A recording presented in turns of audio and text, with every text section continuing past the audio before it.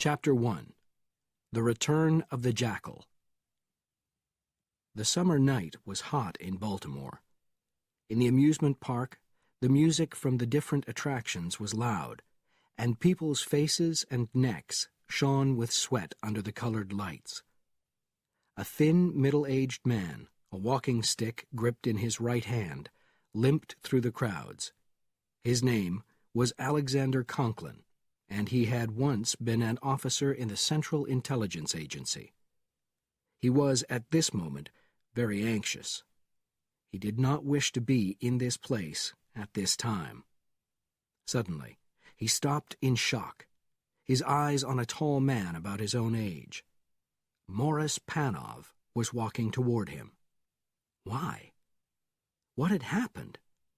Conklin looked around in every direction, knowing that he and Panov were being watched.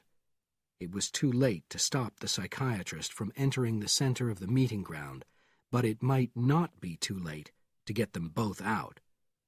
Conklin moved quickly forward, limping and swinging his walking stick against the crowd, hitting knees and pushing at its stomachs until people shouted and moved angrily away.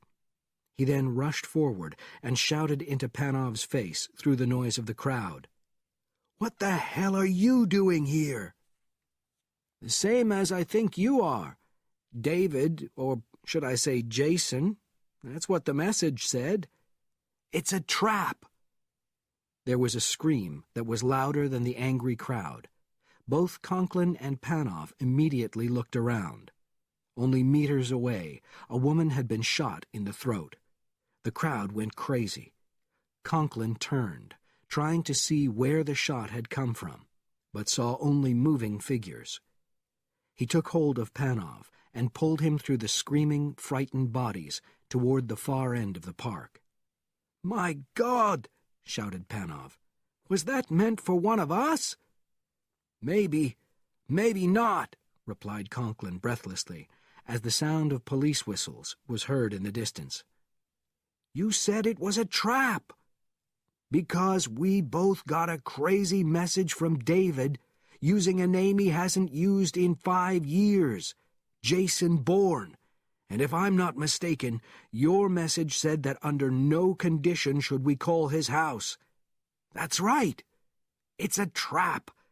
You move better than I do, so get out of here. Run and find a telephone. Call his house. Tell David to take Marie and the children and get out of there." "What?" "Somebody found us. Somebody looking for Jason Bourne." "Do you know what you're saying, Alex?" "You're damned right I do. It's Carlos. Carlos the Jackal. Now get out of here and don't go home. Take a room at the Brookshire Hotel in Baltimore under the name of Morris, Philip Morris. I'll meet you there later. Now hurry!" The car raced south, down a quiet road through the hills of New Hampshire. The driver was a tall man with a strong face and a look of anger in his eyes. Beside him sat his attractive wife, holding a baby of 8 months. In the back seat was another child, a boy of 5 asleep under a blanket. The father was David Webb, a university professor, but once part of Medusa, where he was known as Jason Bourne, the assassin. "We knew it had to happen," said Marie Saint-Jacques Webb. "It was just a question of time." "It's crazy," Webb said quietly. "Everything's buried, top secret. How did anybody find Alex and Mo?" "Alex doesn't know, but he'll start looking. There's no one better than Alex. You said that yourself." "He's marked now. He's a dead man," said Webb. "It's too soon to say that, David. He's the best there ever was. Those were your words." "Yes, he may live, but not Mo. They'll take him and fill him up with drugs until he tells them about his whole life. Then they'll kill him and come after me. After us. Which is why you and the kids are going to the Caribbean." "I'll send them, dear, not me." Stop it. We agreed when Jamie was born. That's why we gave the money to your brother. We now own half of a hotel down a dirt road on an almost unknown island." Marie looked at her husband, and what she saw frightened her more than the thought of the Jackal. She was not looking at David Webb, the quiet university professor. She was staring at a man they both thought had disappeared from their lives forever. Alexander Conklin limped into the conference room at the Central Intelligence Agency in Langley, Virginia. He stood facing a long table, large enough to seat 30 people, but instead there were only 3. One was Peter Holland, the gray-haired DCI, Director of Central Intelligence. On each side of him sat Cassett and Valentino, his 2 deputy directors. All of them had worked with Conklin. They knew him well and trusted him, as he did them. But none appeared pleased to see him. The greetings were short, and instead of taking a seat near the DCI, Conklin pulled out a chair at the far end of the table and sat down. "Now that we've said hello, can we get to the point, gentlemen?" "That's not a very polite or friendly way to begin, Mr. Conklin," said the director. "Just tell me why top-secret information that puts a number of lives at risk was released." "That couldn't happen, Alex, and you know it," said Cassett. "I don't know it, and it did happen. A man who is owed more by this country than can ever be repaid is running in terror, with his wife and children. Some of the information in that file was passed on, and it worries me deeply, because my name is there, mine and Dr. Morris Panov's. We were the only 2 people known to be close to Jason Bourne.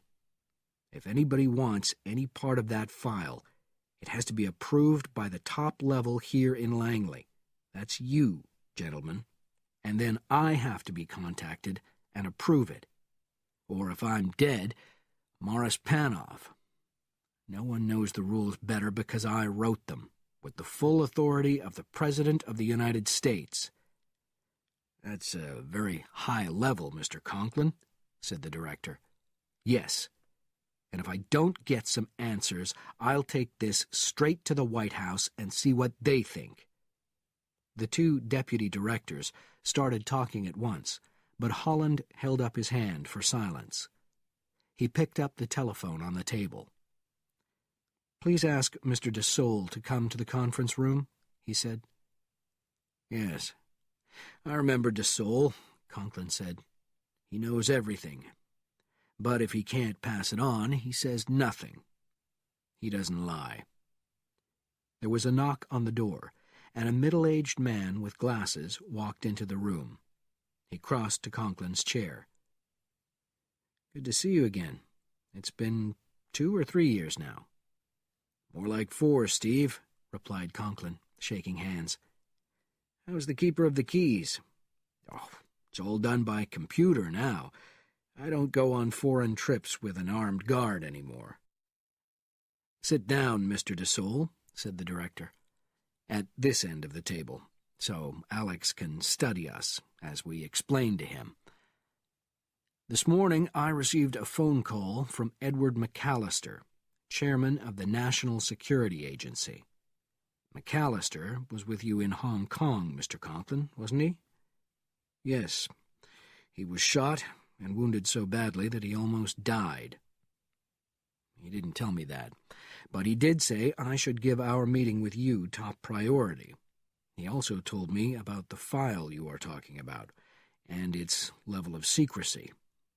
I gave this information to Mr. de Saulles, so I'll let him tell you what he has learned." "It hasn't been touched, Alex," said de Saulles quietly. "It's been unopened for 4 years, 5 months, and 21 days. "So, what happened?" said Conklin softly. "We have to look elsewhere," said the DCI. "But there's another thing. Most of the information about Bourne is still secret, even from us. I don't want to start opening files that were closed by the White House, but there's little we can do to help if we're completely uninformed." Conklin looked at each man, trying to come to a difficult decision. "Where do I begin?" he said. "With this meeting?"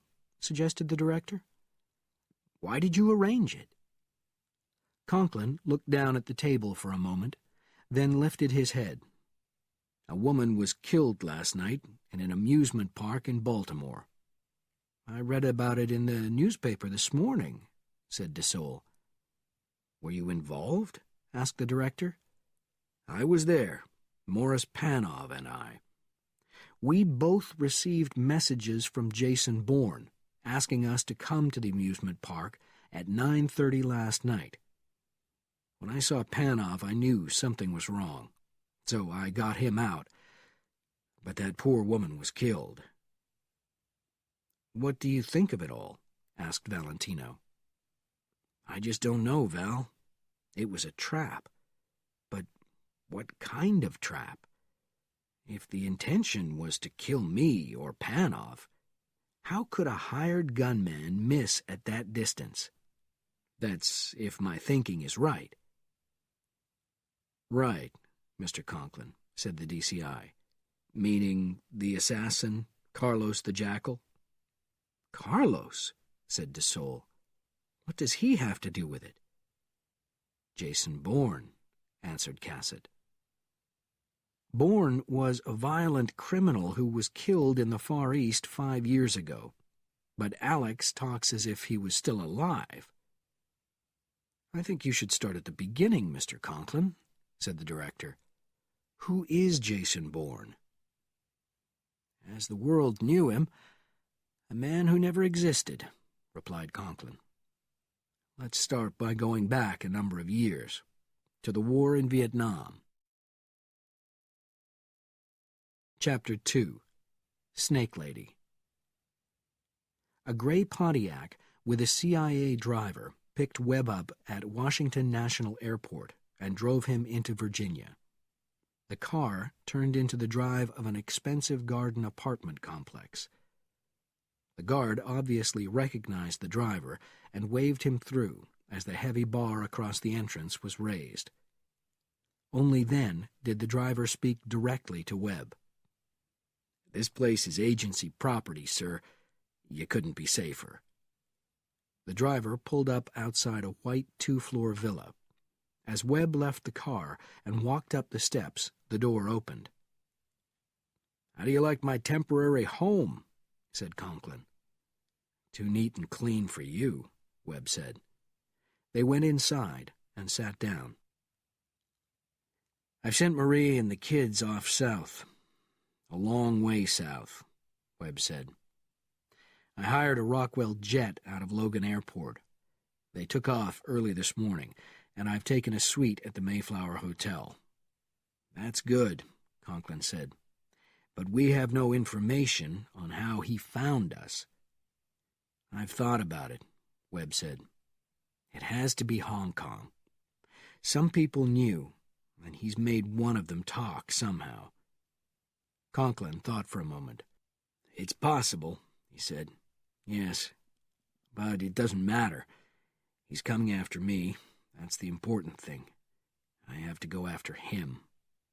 He's trying to pull me out, so I have to pull him out first, and we'll do it according to your teaching."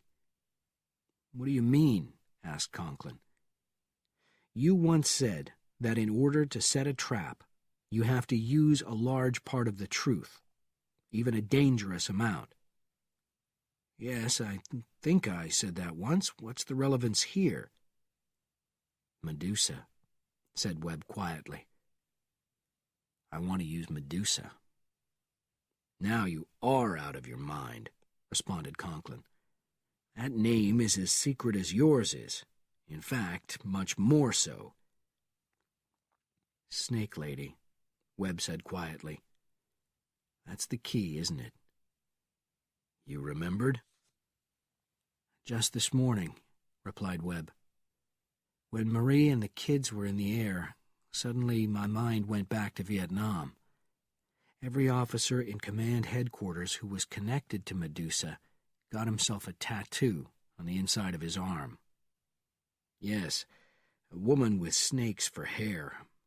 You refused to have one, but the others were like kids with a secret code. They weren't kids, Alex. More than a few millionaires were made in Command Saigon. The real kids were being wounded and killed in the jungles, while a lot of officers in the South opened Swiss bank accounts. Careful, David. You could be speaking of some very important people in our government. Who are they? Asked Webb quietly. I've got some ideas, but no proof.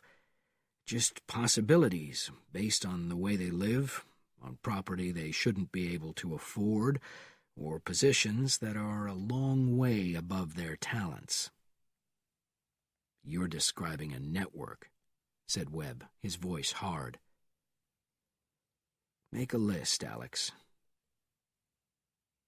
What the hell has any of this to do with Carlos? Let's say you find 3 or 4 names. We apply pressure. We give them a message. A former Medusan has had a mental breakdown, and he's going to tell everything. He's got the information, names, crimes, the numbers of secret Swiss bank accounts, everything. Then word is passed on that there's somebody who wants this dangerous man more than they do. Carlos the Jackal, said Conklin softly. And then word gets out calling for a meeting between Carlos's people and the Medusans to discuss assassinating the man. The Medusans can't come after you themselves because of their high official positions, but they can find out your identity. And Carlos won't suspect them, because whoever meets with his messengers has to be a real person in a high position. I hear a man from the past, a man who never was. Oh, he was, Alex. And now Jason Bourne is back. The senator swore out loud as he turned off the shower and walked to the phone on the wall. "This is Armbruster," he said. "What is it?" "Snake Lady, Senator." "Oh, my God!" Armbruster's voice was a sudden cry of panic. On the other end of the line, Conklin smiled. Then the senator controlled himself. "I have no idea what you're talking about. What's a snake, whatever it is? I've never heard of it." "Well, hear it now, Mr. Medusa. Somebody's got it all. Everything. Dates, stolen war supplies, Swiss banks." "You're not making sense. You're talking garbage." "And you're on the list, Senator. That man must have spent 15 years putting it together, and now he wants payment for all that work, or he tells everything." Who is he, for God's sake?" "We're working on it. Stay tight. We'll be back in touch." As Armbruster hung up the phone, he stared at the small, ugly tattoo on the underside of his arm. Over in Virginia, Alex Conklin studied his list and made a mark after the name of Albert Armbruster. After another call, he added a mark to that of General Norman Swain, Chief of Military Purchasing at the Pentagon. He called a senior advisor to the president, who had no idea what he was talking about, so Conklin crossed out his name. He then called Philip Atkinson, ambassador to Great Britain, on a very secure line. Conklin was a skilled professional. He let his words lead to other words, encouraging Atkinson to talk.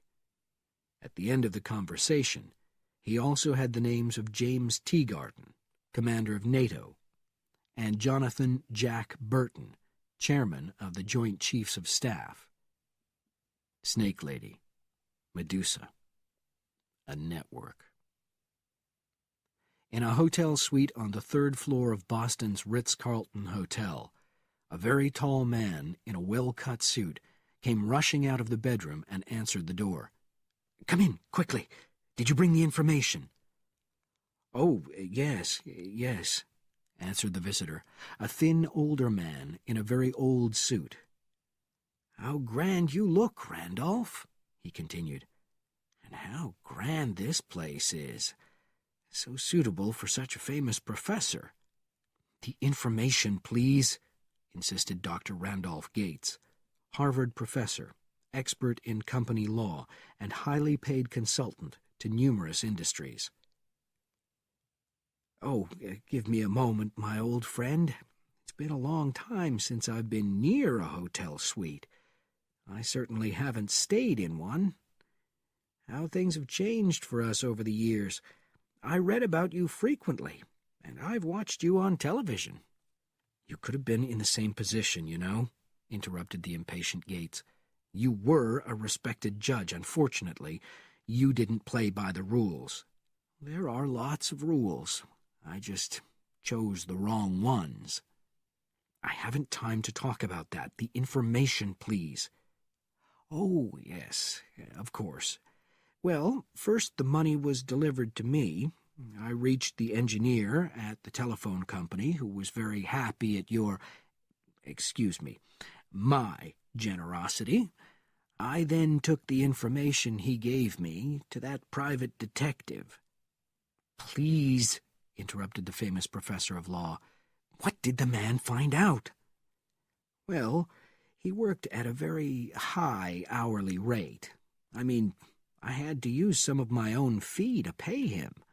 So I think we should discuss an adjustment, don't you?" "Who the hell do you think you are? I sent you $3,000, $500 for the telephone man, and $1,500 for the private detective." "He does good work. Do we discuss my fee, or do I leave?"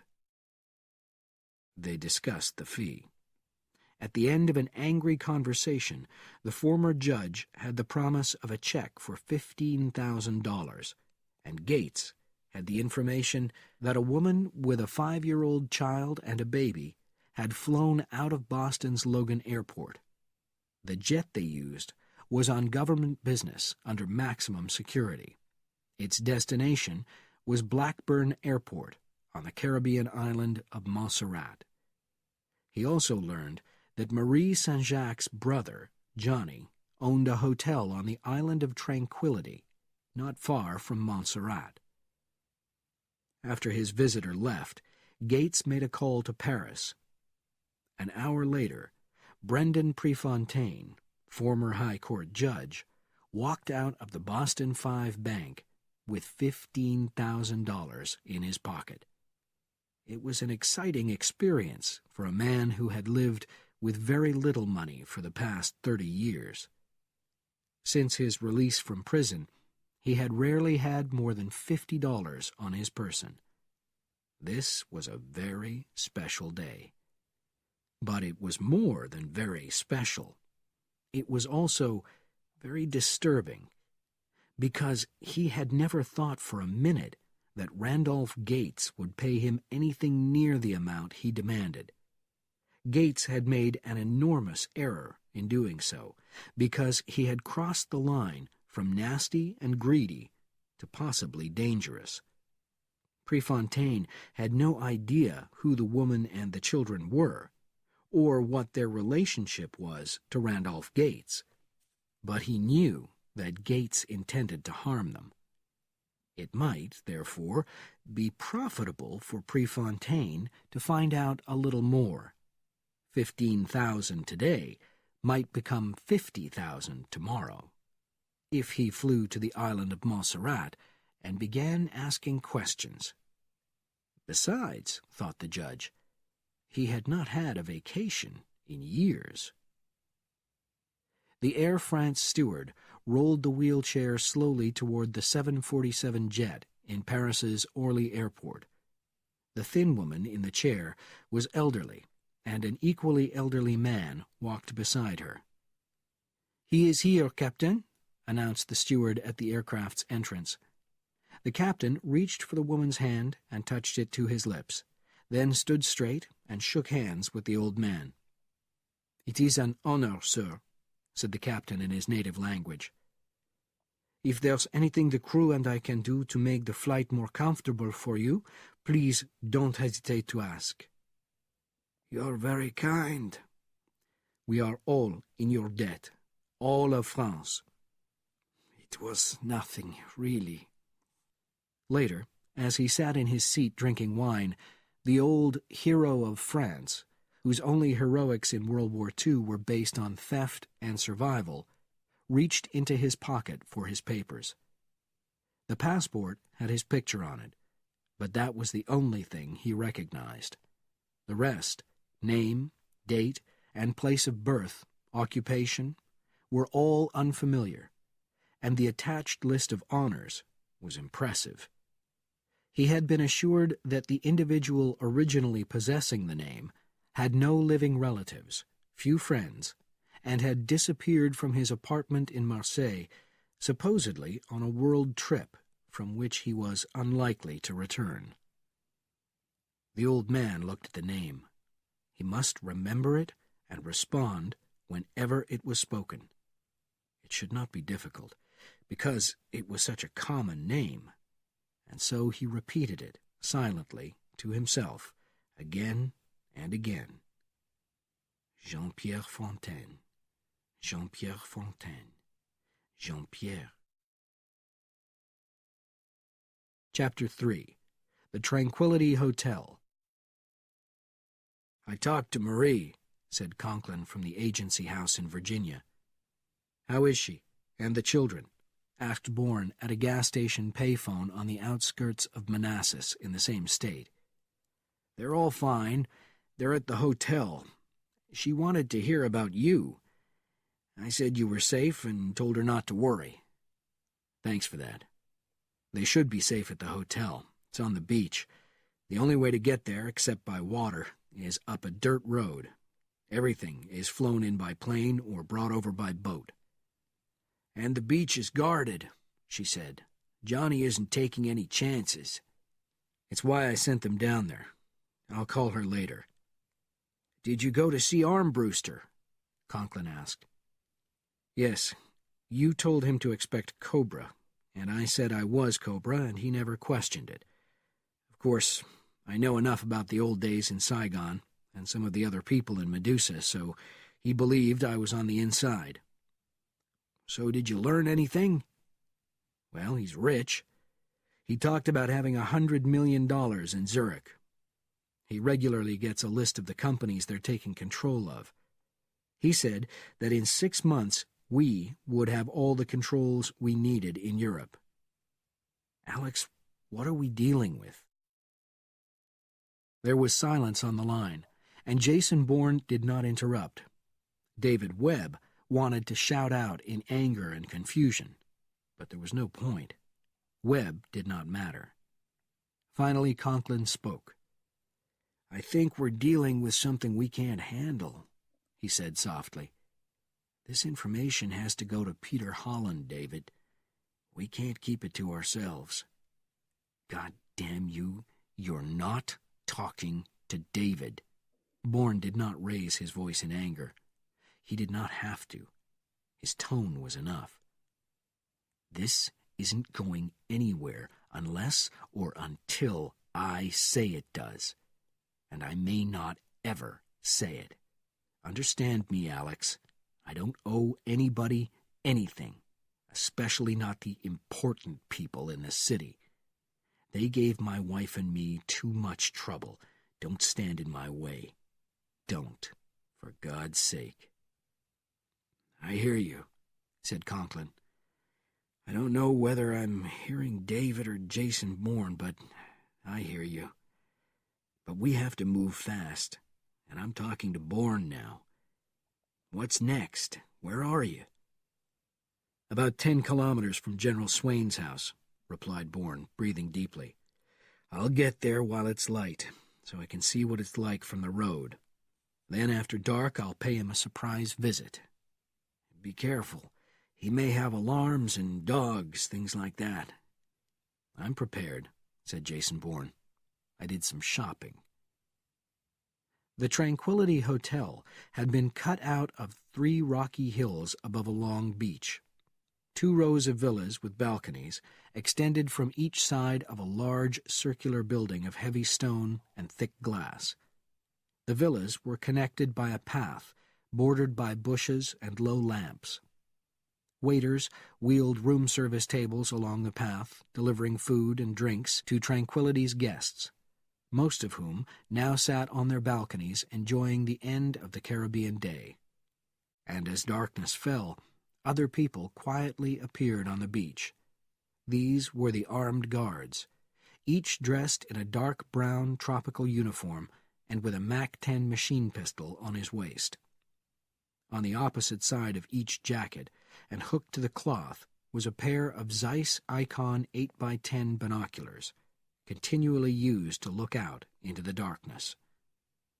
On the large circular balcony of the villa nearest the main building, an elderly woman sat in a wheelchair drinking a glass of white wine. She heard the voice of her husband talking with the nurse inside, then the sound of his quiet footsteps as he walked out to join her. "I can't believe we're living in this place," she said. "Neither can I." The telephone inside the villa rang. He turned. "The nurse will get it," he said. "She's strange," added the old woman. "I don't trust her." "She works for our employer." "Really?" "Yes, she will pass on his instructions."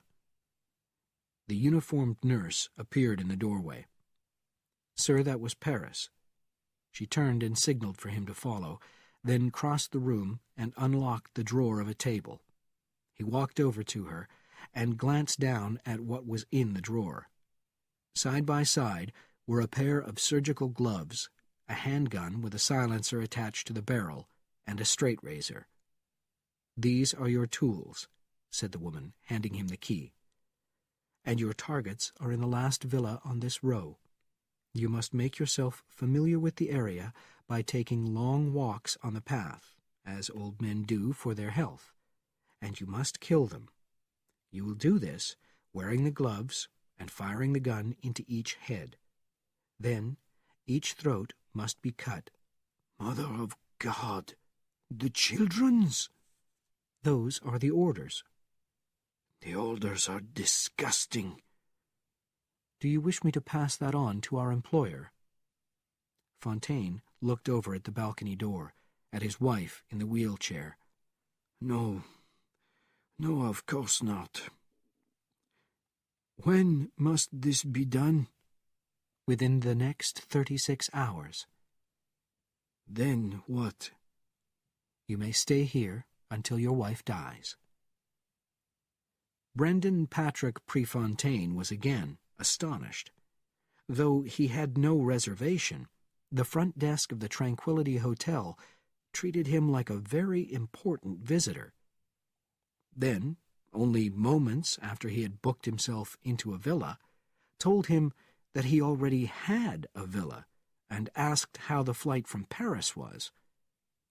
Eventually, the misunderstanding became clear, and the former judge from Boston was taken to a lovely small house overlooking the Caribbean. When he was settled, his casual clothes in the closet, the craziness continued. A bottle of wine, some fresh-cut flowers, and a box of Belgian chocolates arrived. A little later, a confused room service waiter returned to remove the chocolates, apologizing for the fact that they were for another villa. The waiter was followed by the assistant manager, a Mr. Pritchard, who explained that the problem was caused by the similarity between his name, Prefontaine, and that of an important guest from Paris, a Mr. Fontaine. The judge accepted his apology, although he would rather have had the chocolates. Chapter 4. The Farm. Darkness had fallen on Manassas as Bourne crept through the woods around General Norman Swain's farm. He reached a fence, high with thick crossed wire. Bourne wondered why a general who worked in an office would build something so expensive around a farm. It was not designed to keep animals in, but to keep people out. Bourne knew there would be no electric alarms, because the animals and birds would set them off repeatedly. He pulled his small wire cutters out of his back pocket and started to work on the wire. With each cut, he again understood, confirmed by his heavy breathing and the sweat on his face, that he was now past 50, and his body knew it. It was something not to think about, because there were Marie and the children, and there was nothing he couldn't do if he wanted to. David Webb had gone from his mind. Only the hunter, Jason Bourne, remained. He was through. He gripped the fence and pulled the opening toward him, then crawled inside. He stood up, listening, his eyes moving in every direction. He saw through the branches of the trees the lights of the large house. Slowly, he made his way toward what he knew was the circular drive. Then, reaching the edge of the road, he lay flat under a tree, collecting his thoughts and his breath as he studied the scene in front of him. Suddenly, there was a flash of light on his far right. A door had been opened. It belonged to a smaller, separate house, a log cabin. 2 men and a woman came out and were talking. No, they were not just talking, they were arguing, heatedly. Bourne took the binoculars out of his pocket and put them up to his eyes. He studied the 3 people, knowing that the medium-sized protesting man was the Pentagon's General Swain, and the woman with dark hair was his wife. But what fascinated him was the tall, overweight man nearest the door. He knew him. He could not remember from where or when, which was certainly not unusual because his memory often failed him, but he knew that he hated him, and that was not usual. He could not explain it because no connection came to him. Where were the images, the brief flashes from the past that often filled his mind? They did not come. He only knew that the man he saw through his binoculars was his enemy. Then that huge man did a strange thing. He put his large left arm around the shoulders of Swain's wife, his right arm waving in the air as he shouted at the general. Swain turned around and walked across to his house. The large man released the general's wife and spoke to her. She nodded, touched her lips against his, and ran after her husband. The other man walked back into the cabin and closed the door, removing the light. Bourne knew that he had to reach the man who had been part of his forgotten past. He slowly got to his feet and, moving from one tree to another, made his way toward the cabin. He stopped, dropping to the ground, when he heard the sound of wheels. Within seconds, he saw a small, strangely shaped vehicle, like a 3-wheeled golf cart, racing out of the shadows of the circular drive. It seemed designed for both high speed and balance, and thick glass surrounded the driver on all sides, glass that Bourne knew would stop a bullet. Then a second 3-wheeled cart came out of the shadows behind the cabin. It stopped only meters from the first one, and these words came from an unseen speaker. "Secure the gates, release the dogs, and continue your rounds." The carts swung away in opposite directions, and Bourne reached into his back pocket and pulled out his dart gun. If the dogs hunted together, he would have no choice. He would have to climb the fence. The gun could stop 2 animals, not more. There would be no time to reload. Suddenly, a large black dog raced past on the drive. It didn't slow down as it passed him. It didn't pick up the human smell. It was on its way somewhere. Then another dog appeared, this one long-haired. It did slow down, but as if it was trained to halt at a specific area. Standing motionless, Bourne understood. These were trained male attack dogs, each with its own territory. It was a practice used by landowners in the Far East. Vietnam. Medusa. It was coming back to him. Half-remembered images. A young, powerful man in uniform. That same man, older, larger, had been in the viewfinder of his binoculars only moments ago. And years ago, that same man had promised supplies and brought nothing. Bourne remembered taking his gun out and pushing the barrel against the man's forehead.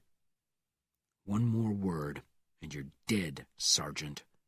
The man had been a sergeant. "You bring us supplies by 5 o'clock tomorrow morning, or I'll get to Saigon and personally blow your head off." They got the supplies. Bourne's thoughts came back to the present. The long-haired attack dog was suddenly circling in the road, its nose picking up the human smell. Within seconds, it found the right direction and ran through the bushes, its teeth white in the darkness. Bourne moved back to the fence, raising the dart gun with his right hand, his left arm bent and extended. The angry animal jumped.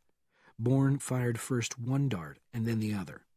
As the darts struck the dog, Bourne wrapped his arm around its head, pulling the head to one side, while swinging his right knee up into the animal's body to push away the sharp-nailed feet. It was finished in moments. Moments of quietening anger, until the dog fell asleep in Bourne's arms. He lowered it to the ground and once again waited, afraid to move until he knew that none of the other animals had heard. There was no sound from them, but Bourne heard one of the carts approaching. It stopped near the front gate. The driver opened the door and began to throw pieces of food to the black dog. Bourne knew that he had to stop the cart and force the driver outside without giving him any reason to use his radio to call for help. He looked at the sleeping dog at his feet. Place it in the road? No. The driver might assume it had been shot from the other side of the fence and call the house. What could he do? He looked around and saw a fallen branch on the ground. He crossed quickly to it and pulled it toward the drive. To lay it across the drive might appear too obvious a trap, but partially on the road might work. The grounds were neat, and the guards under the big man's command would want to avoid criticism. Bourne swung the branch around and pushed it around 2 meters into the road. He heard the door of the cart shut. The vehicle rolled forward, gathering speed as Bourne raced back into the darkness of the tree. The driver's single headlight lit up the branch on the road. He slowed down and approached it cautiously, as if he were unsure what it was. Then he stopped, opened his door, stepped out on the drive, and walked around the front of the cart. "Big Rex, you're one bad dog," said the driver in a quiet, very southern voice. "What did you pull out of there, you stupid animal? Rex? Rex, you come here!" "Stay completely still and put your arms out in front of you," said Jason Bourne, walking into view. "My God, who are you?" "Somebody who doesn't give a damn whether you live or die," said Bourne. Half an hour later, with all 6 attack dogs drugged and carried to their sleeping place, Bourne opened the entrance gate and let the 2 guards leave. By now, they believed that he was working for a higher authority, and he had also given them each $300. They knew he was not a terrorist, because they were still alive, and they were happy enough to walk off down the road. Bourne used one of the carts to drive most of the way to the cabin, then crept forward and looked through the window. The huge sergeant was sitting in an armchair watching television. Bourne walked around the cabin to the front door. He knocked with his left hand. In his right was an automatic. "It's open, Rachel!" shouted the voice from within. Bourne twisted the handle and pushed the door back. He walked inside. "No!" roared the sergeant, pushing his great body out of the chair. You're a ghost! You're dead!" "Try again," said Jason Bourne of Medusa. "The name's Flanagan, isn't it? That's what comes to mind." "You're dead!" repeated the general's assistant, screaming, his eyes wide in panic. "You were killed in Hong Kong 5 years ago." "You checked?" "We know! I know!" "You've got connections in the right places, then." "You're Bourne. I don't believe this. You're the one Swain called Cobra." "I know. It's confusing." "You're one of us. How did you get in here? Where are the guards, the dogs? Where are they?" "The dogs are asleep, drugged, and I sent the guards home." Suddenly, in the distance, there was a gunshot. Bourne spun around, then kept turning, all the way around. The huge sergeant was jumping at him, his big hands sliding over Bourne's shoulders. Bourne kicked with his right foot, catching the sergeant's side while he crashed the barrel of the automatic into the base of the man's neck. Flanagan fell forward onto the floor, and Bourne hammered his foot into the man's head, stunning him into silence. A silence that was broken by the continuous screams of a woman racing outside toward the door of the cabin. Within seconds, General Norman Swain's wife burst into the room. Stepping back at the sight in front of her, gripping the back of the nearest chair, unable to contain her panic. "He's dead!" she screamed, falling to the floor and reaching for her lover. "He shot himself, Eddie! He killed himself!" Jason Bourne walked to the door of the strange cabin that held so many secrets. Watching his two prisoners, he closed it. The woman cried, but they were not tears of sorrow, only fear. The sergeant shook his head, raising it, his expression a mixture of anger and puzzlement.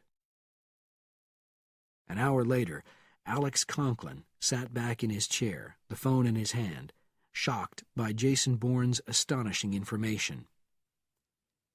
"So, where are Flanagan and Swain's wife now?" he said. "Gone. I let them go. They'd told me everything they knew. Now you've got to make sure that no one finds out." All right. There's a doctor in Falls Church that we've used before in special operations. I'll contact him. I'll also get somebody to take away the dogs, open the gates." "Okay," said Bourne. "Now put me on tape. I'll tell you everything Flanagan told me. Hurry, I got a lot to do." "You're on tape." Reading from the list he had written down, Bourne spoke quickly. There were the names of 7 frequent guests at the general's dinner parties. Then came the license plates from much more serious twice-monthly meetings. Last was the unlisted telephone number in New York that Flanagan had to call in an emergency. There was no name, only a machine that took messages. "That has to be priority 1, Alex." "We'll find out whose number it is," said Conklin. "The licenses are no problem, and I'll have Cassett run the names through the computers without telling Dassault. And Swain, we've got to keep the death quiet until we find out who they all are, and we can start a wave of fear rolling. Then we suggest the Carlos solution." "I don't know. I can fool the doctor for a day or two, but after that he'll want somebody higher than me to approve it. Maybe we should tell Peter Holland and ask him to approve the delay." "No," said Bourne. "Give me 2 days. Get me 2 days." Within an hour, Dr. Ivan Jacks arrived at the Swains' house. He turned off the engine, grabbed his medical bag, and got out of the car.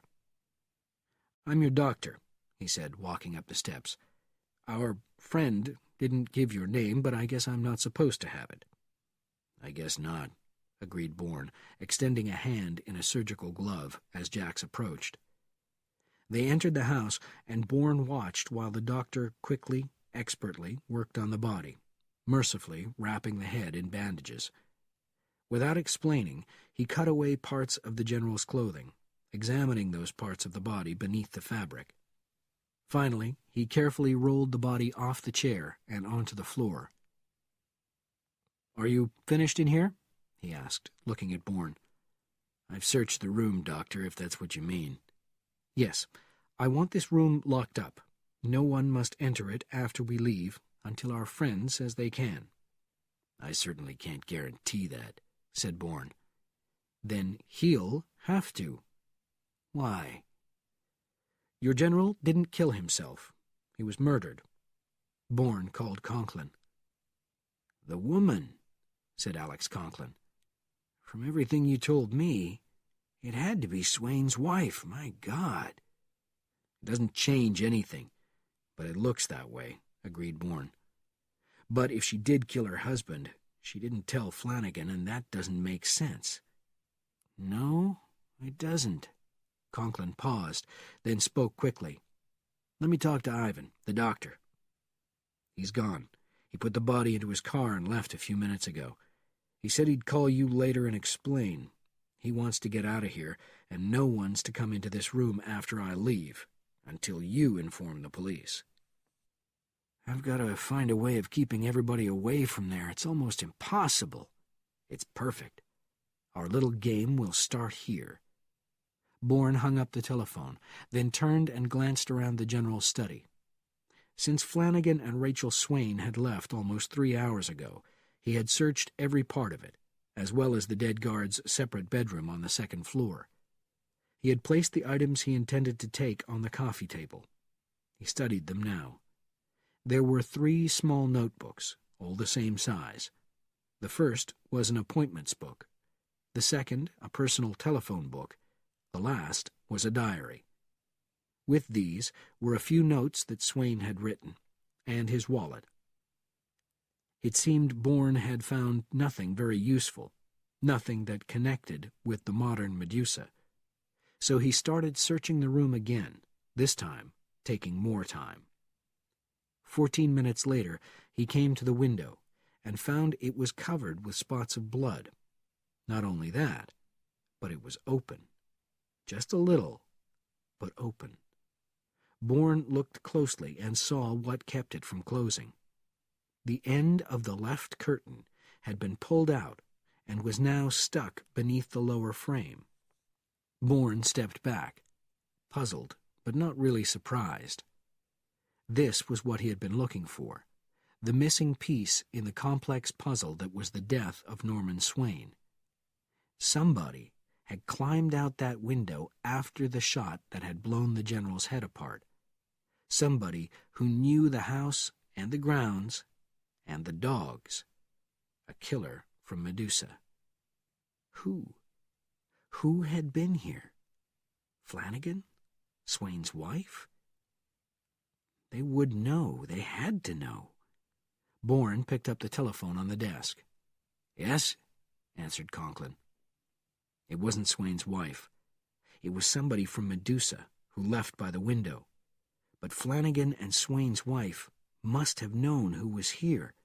"Pick them up and hold them. They lied to me." "Sorry, I can't do that. They've disappeared." "That's crazy. If I know you, you've had them followed since they left here." "Electronically, not physically. They booked seats on the 10 p.m. flight to London." "London?" interrupted Bourne. "They told me they were going the other way, to the Pacific, to Hawaii." "That's probably where they are going, because they didn't check in for the London flight." "We need to bring in Peter Holland."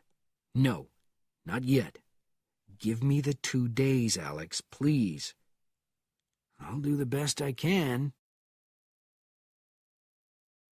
Chapter 5.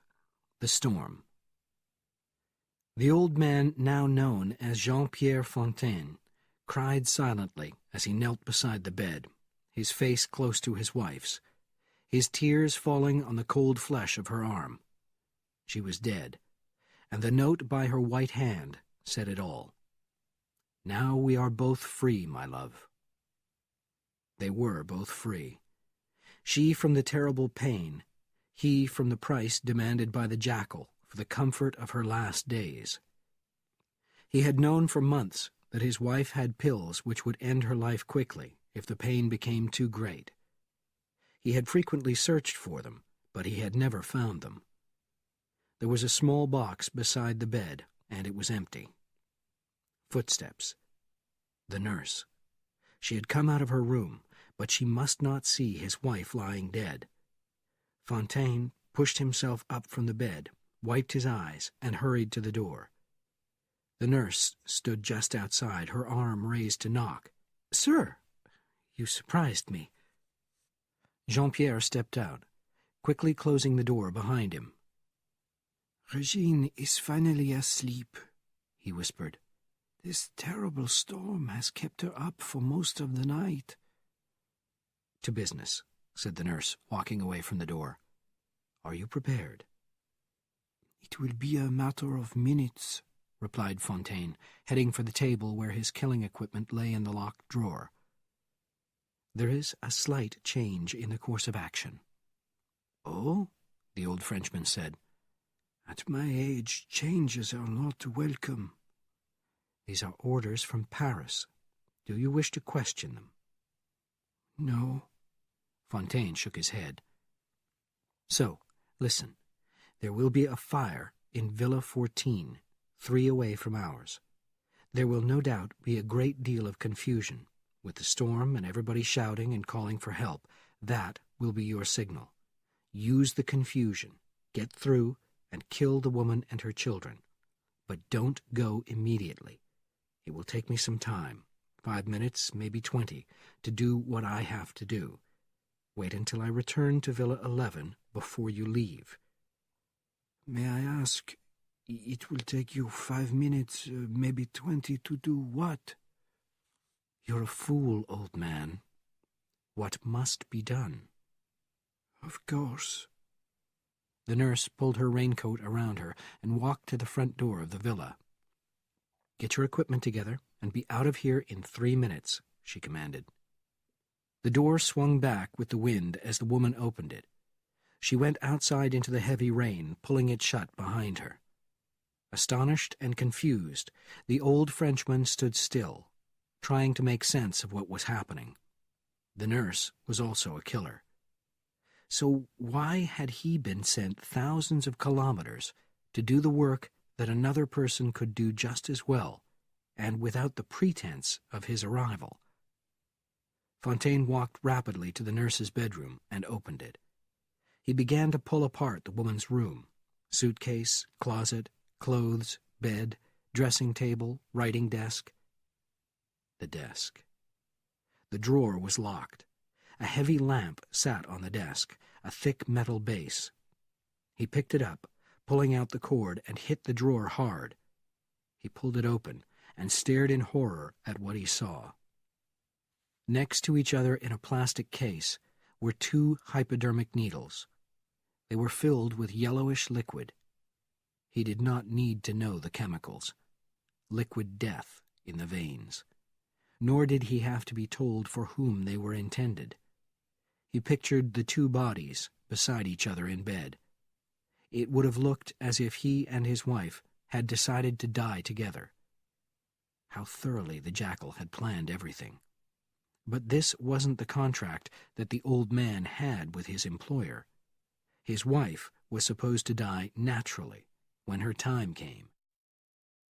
As the old Frenchman went outside, the heavy rain fell, the blasts of wind throwing him off balance as he made his way up the path toward Villa 14. He wiped his face with his left hand, his right hand gripping the weapon, a gun lengthened by a silencer. Stop her. What was she doing? What did the fire she talked about mean?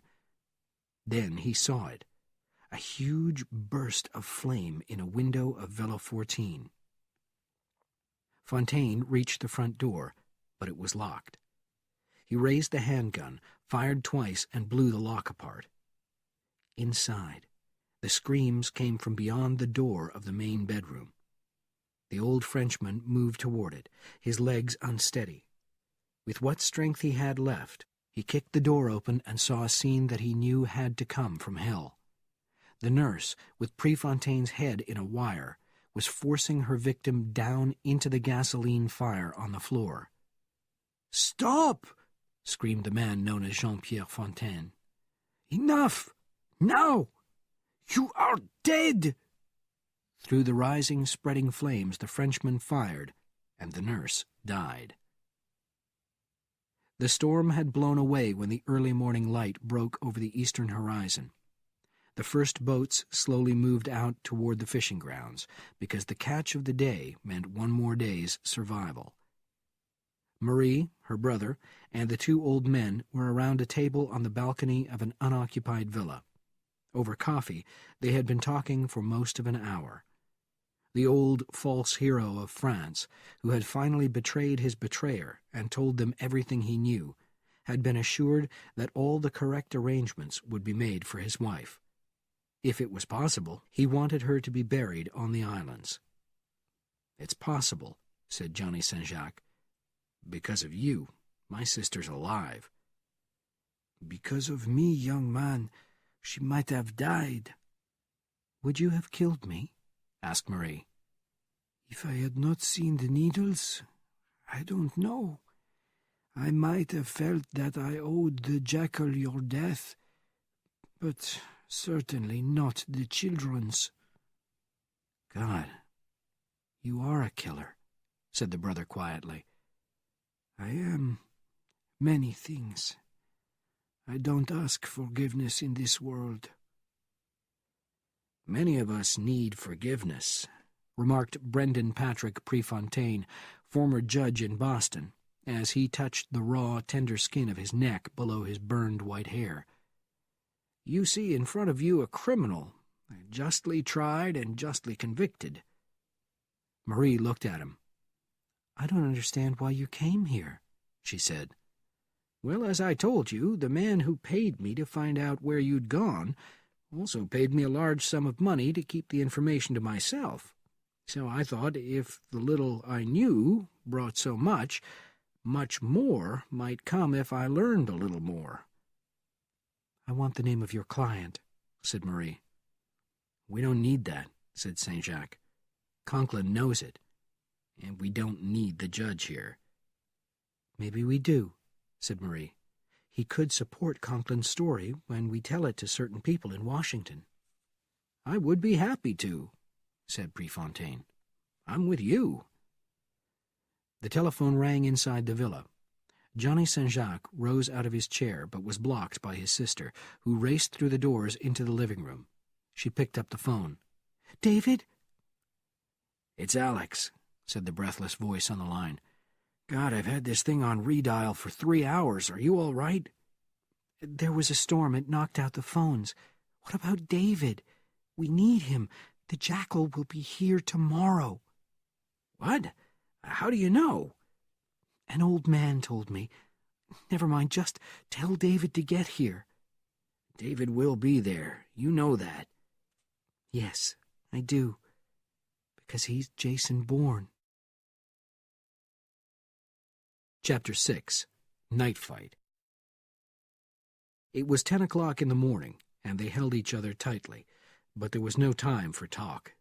Only the brief comfort of being together, safe together, secure in the knowledge that they knew things that the Jackal did not know, and that knowledge gave them an enormous advantage.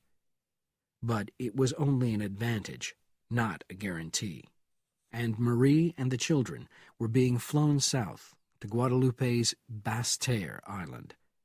They would stay there with the Webb's housekeeper, Mrs. Cooper, all under guard until they were called back to tranquility. Marie objected, but Bourne would not give in. Now they stood on the dock, 2 seaplanes in the water at the far end. One had brought Bourne directly to Tranquility from Antigua. The other was ready for the flight to Guadeloupe, with Mrs. Cooper and the children already inside. "Hurry, Marie," added Bourne.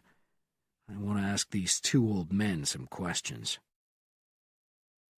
A few hours later, in a dark storage room on the 3rd floor of the Tranquility Hotel, Bourne and the old Frenchman sat in front of a window overlooking the east and west paths of the hotel grounds. Each man held a pair of binoculars, watching the people walking on the paths and down the stone stairs leading to the beach. Suddenly, the door opened, and Judge Brendan Prefontaine walked quickly, breathlessly inside. "He's here," he said. "3 of St. Jacques' men down the beach to the east couldn't be reached by radio. St. Jacques sent a guard to find them, and the man just returned. All 3 were killed, each with a bullet in his throat." "The Jackal," said the Frenchman. "It's his signature. He is announcing his arrival." The steel band played as the remaining guests finished their dinners and moved through to the dance floor. Saint-Jacques had provided some loud entertainment for those guests who had stayed in the hotel. Very few had left after the fire and the deaths. Most thought the killings were just an isolated incident and were determined to continue their vacations. Some were old friends of Saint-Jacques, and loyalty kept them in place. In Saint-Jacques' office, Bourne and Fontaine stood up as a strong-looking black woman in a nurse's uniform entered the room. "Very good, my child. You look wonderful," said the Frenchman. "Remember now, I'll be holding your arm as we walk and talk, but when I squeeze you and raise my voice telling you to leave me alone, you'll do as I say, correct?" "Yes, sir. I must hurry away, quite angry with you for being so impolite." "That's it. There's nothing to be afraid of. It's just a game. We want to talk to somebody who is very shy." "Are we ready?" asked Bourne. "We're ready," replied the Frenchman, smiling pleasantly at the very puzzled young woman. "What are you going to do with all the money you're earning tonight, my dear?" The girl smiled shyly. "I have a good boyfriend. I'm going to buy him a fine present." The plan was simple to prepare, and, like most good plans, however complex, simple to carry out. Old Fontaine's walk through the grounds of the Tranquility Hotel had been exactly mapped out. It began with Fontaine and the young woman returning to his villa, presumably to check his sick wife before his normal evening walk. They stayed on the lighted main path. 2 of Saint-Jacques' guards moved through hidden routes in the bushes, always near them. Bourne followed the second man, his radio on receive, listening to the angry words of Fontaine. "Where is that other nurse? That lovely girl who takes care of my woman? Where is she? I haven't seen her all day." Bourne raised his head above a low wall, and suddenly there were lights, colored lights. They had reached the path to an old church, and the red and blue lights lit the way to a place that the hotel's guests sometimes liked to visit. It was the last destination before the return route back to Fontaine's villa. Saint-Jacques had put a 3rd guard there to prevent entrance. Then Bourne heard the words over the radio, the words that would send the false nurse racing away. "Get away from me!" shouted Fontaine. "I don't like you!" Up ahead, the 2 guards were hiding side by side. They turned and looked at Bourne. He knew that from that moment all decisions were his. The unexpected rarely disturbed Bourne. It did now. Had Fontaine made a mistake? Had the old man forgotten about the guard on the path and mistaken him for the Jackal's contact? Then another possibility came to Bourne's mind. Had the guard been killed, or bribed, replaced by another? Bourne rose to his feet. What he saw stunned him. Fontaine didn't move, his mouth open in shock, his wide eyes disbelieving, as another old man in a brown suit approached him and threw his arms around the old hero of France. Fontaine pushed the man away in panic and puzzlement. The words burst out of the radio in Bourne's pocket. Claude, what a surprise! You are here. The old friend replied in a shaking voice, It is a privilege our employer permitted me to see my sister for a final time, and to give comfort to my friend, her husband. He brought you here, but of course he did. I must take you to him. The great man wishes to speak to you. But she's dead. She took her own life last night. He intended to kill us both. "Shut off your radio," screamed Bourne in the silence of his thoughts. It was too late. The door of the church opened, and a man walked out into the colored lights. He was young, muscular, and blond. Was the Jackal training somebody to take his place? "Come with me, please," said the blond man, his French gentle but commanding. "You," he added, addressing the old man in the brown suit, "stay where you are. At the slightest sound, fire your gun. Take the gun out now. Hold it in your hand." Bourne watched helplessly as Fontaine was taken through the door of the church. From the pocket of his jacket there was a sharp sound. The Frenchman's radio had been found and destroyed. Bourne crawled forward to the two guards and whispered, "They've taken Fontaine inside." "Where is the other guard?" asked the man near Bourne. Bourne shook his head. "I'm afraid he may be dead." Suddenly there came a long scream, followed by words screamed in pain. "No! No, you're horrible! Stop! Stop!" "Now," cried Bourne, as he jumped over the wall. "The lights!" he shouted. "Shoot them out!" The taller guard's Uzi fired, and the lines of light exploded on both sides of the church's path. Then a single yellow beam appeared, moving quickly in all directions. It was a powerful flashlight in the guard's left hand. The figure of an old man in a brown suit lay curled up on the path, his throat cut. "Stop! In the name of God, stop where you are!" came Fontaine's voice from inside the church, the open door showing the light of electric candles. They approached the entrance, automatic weapons leveled, prepared for continuous fire, but not prepared for what they saw. Bourne closed his eyes. The sight was too painful. Old Fontaine was tied over a table, his face running with blood where he had been cut, and attached to his body were thin cables that led to various black boxes on both sides of the church. "Go back!" screamed Fontaine. "Run, you fools! I'm wired!" "Oh, God!" "Don't feel sorry for me. I gladly join my wife. This world is too ugly even for me. Run!" Bourne and the tall guard ran and fell to the ground.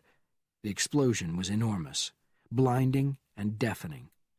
Flames climbed high into the night sky and blew away in the wind.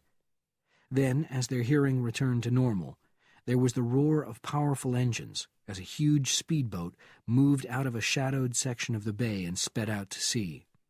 The beam of a searchlight shot out, lighting up the barriers of rock rising above the waves. Carlos. The Jackal had changed. He had aged, grown thinner, and lost some hair. He was not the sharp, broad, muscular image of Bourne's memory. The boat's motors screamed as it reached full speed. Then, the words in heavily accented English came from the distant loudspeaker. "Paris! Jason Bourne! Paris! If you dare!" Chapter 7. Paris. Stephen Desaulles, keeper of the deepest secrets for the Central Intelligence Agency, forced his overweight body out of the driver's seat. He stood in the deserted parking lot of the small shopping center in Annapolis, Maryland, where the only source of light came from a closed gas station. Desaulles looked at his watch. It was 3:30 in the morning. The headlights of an approaching limousine shot through the darkness at the far end of the parking lot, turning toward the CIA analyst, causing him to shut his eyes. He had to make the process of his discovery of the information clear to those men. They provided the money that was the means to a life he and his wife dreamed of. Education at the best universities for their 6 grandchildren, not the state colleges that came with the salary of a government worker. The new Medusa had offered money, and he had come running.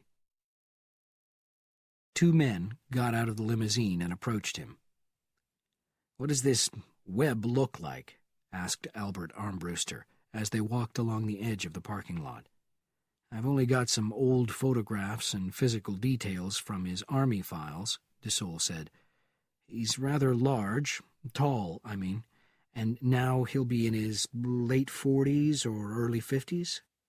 "Can't you be more exact than that?" The other man, short and strong with dark eyebrows beneath dark hair, looked at Desaulles.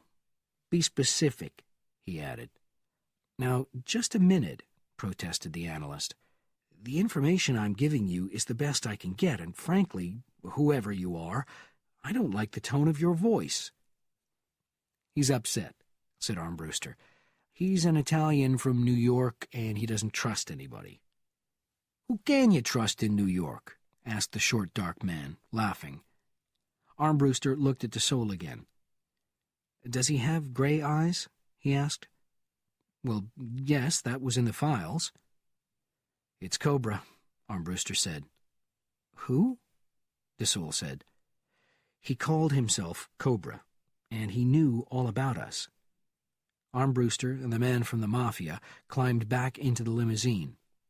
"Where's the other car?" Armbruster asked. The Italian looked at his watch. "It's parked less than a kilometer down the road. The driver will pick up Desaulles on his way back and stay with him until the time is right." "But this Cobra, this web, why is he coming after us? What does he want?" "There's a connection with that Jackal character, maybe." "That doesn't make sense. We have no connection with the Jackal." "Why should you?" asked the Mafia man, grinning. "You've got us, right?" "It's a very loose association, and don't you forget it. Cobra, Webb, whoever he is, we've got to find him. With what he already knew, plus what I told him, he's dangerous." "You said Swain was dangerous. We took care of him. Do you want to discuss a price?" Armbruster turned and looked at the calm Sicilian face of his companion. "You mean a contract? On Cobra? On Webb?" "I'll close for 6 months, change the name, then start advertising in the magazines before reopening," said John Saint-Jacques to his brother-in-law. "Meanwhile, it's best to say nothing," said Bourne. "Well, we have to give some explanation. I've put out a story about a huge gas explosion, but not many people believe it. Of course, to the world outside, an earthquake down here would only get a few lines on an inside page. It'll pass. People will find something else to talk about. Meanwhile, it's time for me to leave." "Where are you going?" "Paris." "But what can Paris solve?" "I can find him. I can take him." "He's got friends over there." "I've got Jason Bourne," said David Webb. "Lie for me, Johnny. Tell Marie I'm fine, and that I have information about the Jackal that only Fontaine could have provided. Which is the truth, actually. He told me about a cafe in Argenteuil called the Soldier's Heart. Call Marie in a couple of hours and bring them back here. It's the safest place they can be." The next day at 10:25 in the morning, Washington time, Dr. Morris Panoff, accompanied by his guard, walked out of Walter Reed Hospital after seeing a patient.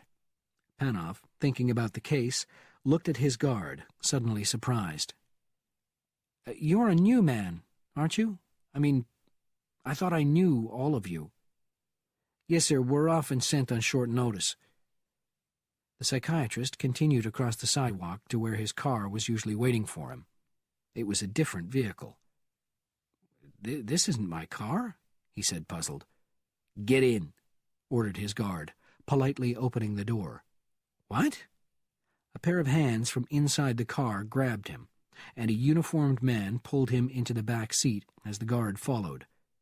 The one who had been inside pulled Moe's jacket off his shoulder and pushed up the short sleeve of his summer shirt. He stuck a hypodermic needle into Panov's arm. "Good night, doctor," he said. "Call New York," he added to the guard. "Mr. Simon?" said the Frenchman, an older man with a small white beard. "That's right," replied Bourne, shaking hands in a narrow, deserted hallway in Paris's Orly airport. "I am Bernardin, Francois Bernardin, an old friend of our friend Alexander." "Alex mentioned you," said Bourne, smiling. "How is he? We hear stories, rumors, out of Beijing, Hong Kong, some concerning a man named Jason Bourne." "I've heard them." "Yes, of course, but now Paris. Alexander said you would need a place to stay. A hotel?" "Something small, but I know Montmartre. I'll find a place myself. What I will need is a car, registered under another name, preferably of a dead man." "It's been arranged. It is in the underground garage on the Capucine near the Place Vendôme." Bernardine reached into his pocket, pulled out a set of keys, and handed them to Bourne. "An older Peugeot in Section E. There are thousands of them in Paris, and the license number is on the keyring." "Thank you," said Bourne. "This is very good of you." "I must explain that I owe my life to Alexander Conklin, and that I know who you are and most of what you have done, Jason Bourne." Bernardin again reached into a pocket and pulled out a card. "Here is my office address. I'm just a consultant now, you understand. And on the back I've written down my home phone. It is a completely secure line. Call me, and whatever you need will be provided. Remember, I am your only friend in Paris. No one else knows you are here." Bourne checked into the Pont Royal on the Rue Montalembert, then walked along the Boulevard Saint-Germain, buying the things he needed. Whatever he could buy now would save time later. Fortunately, there was no need to persuade old Bernardin to supply him with a weapon.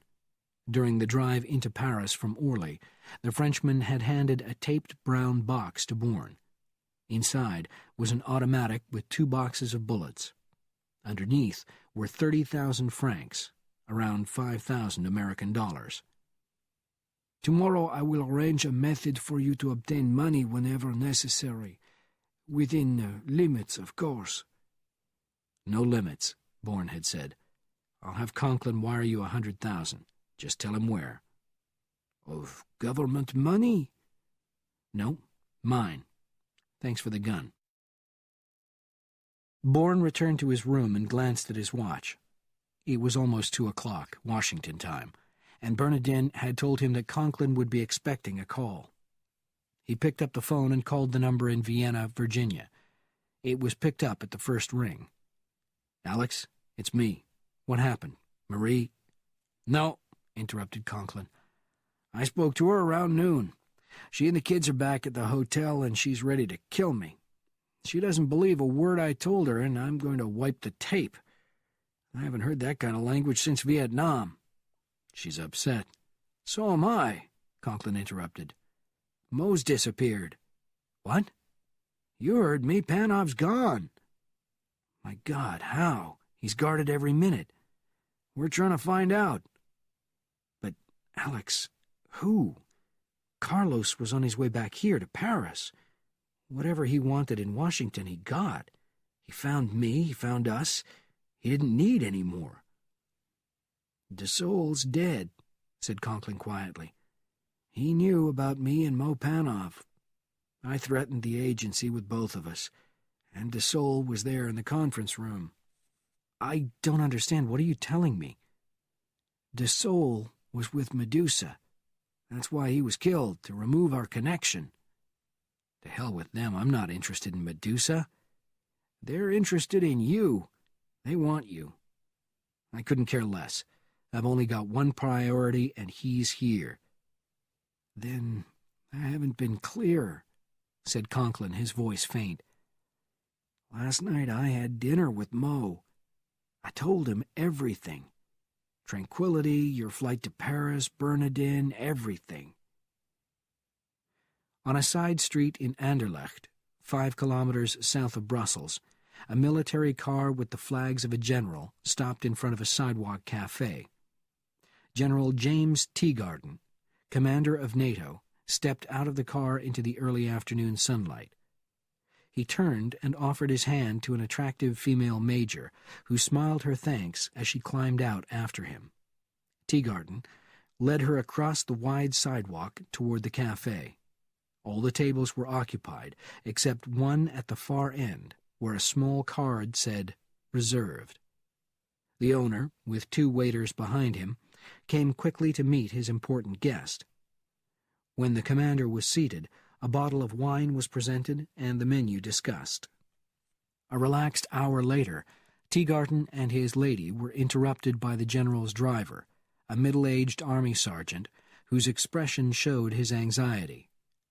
The commander of NATO had received a message over his secure phone, and the driver had written it down.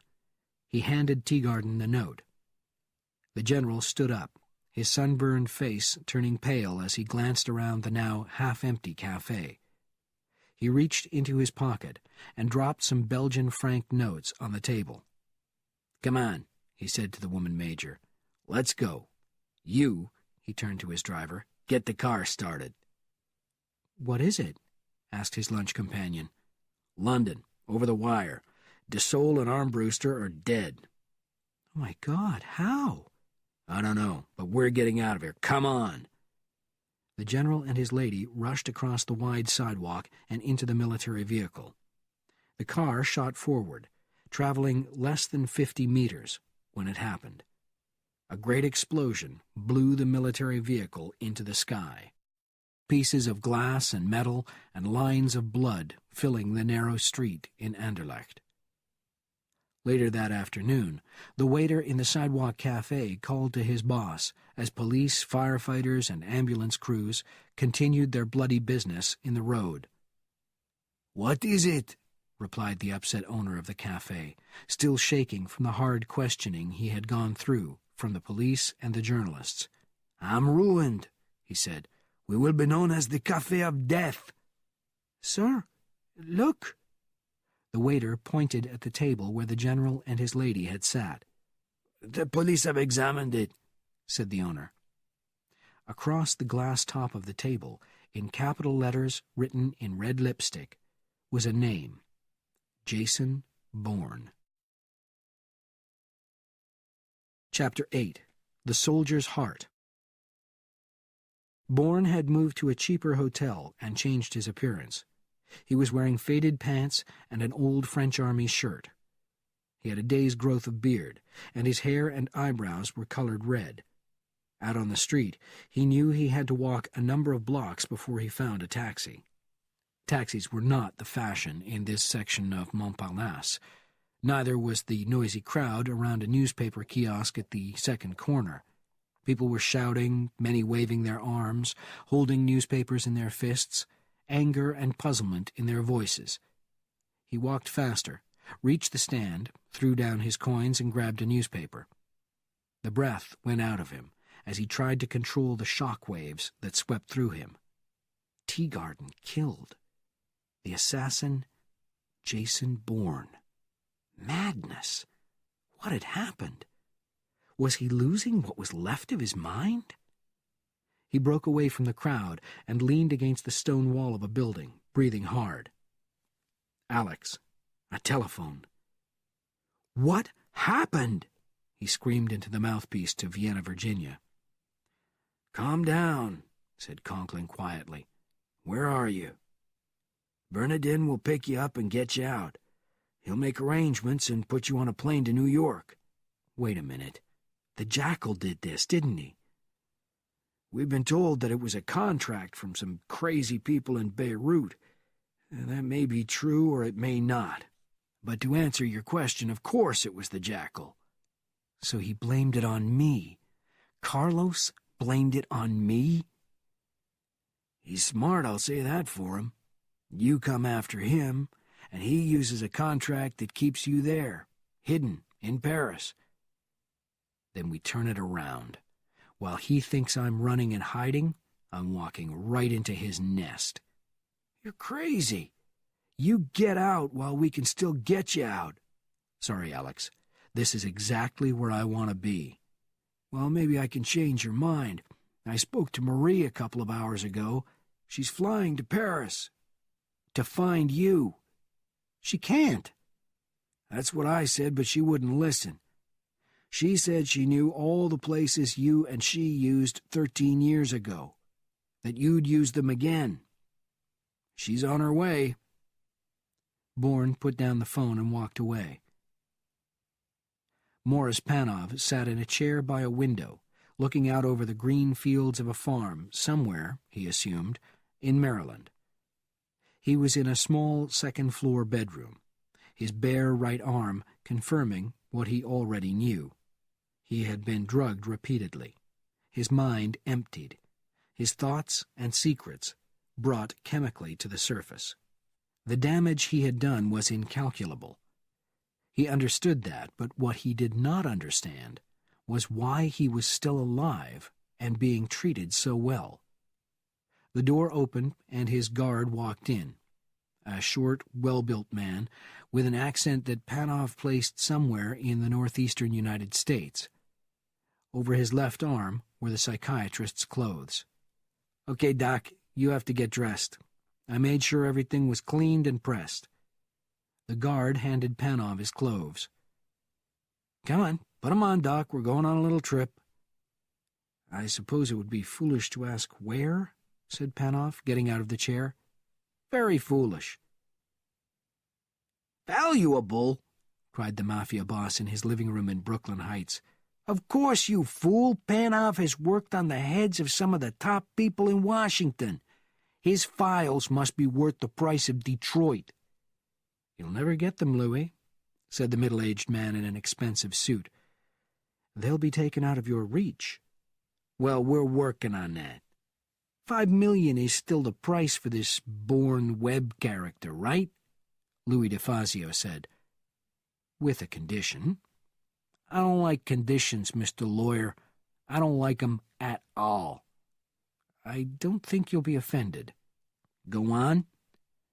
"There'll be $2 million extra, because we insist you include Webb's wife and his government friend Conklin." "Agreed." "Now, to the rest of the business." He laid an envelope on the table. "This contains payment for Armbruster and Teagarden." "According to Panov," interrupted the mafia boss, "they know about two more of you, an ambassador in London and that senior officer in Washington. You want us to take care of them?" "Possibly later, not now. They both know very little, and nothing about the financial operations. I'll let you know." Bryce Ogilvy, of the Manhattan law firm Ogilvy, Spofford, Crawford, and Cohen, rose from his seat and left the room.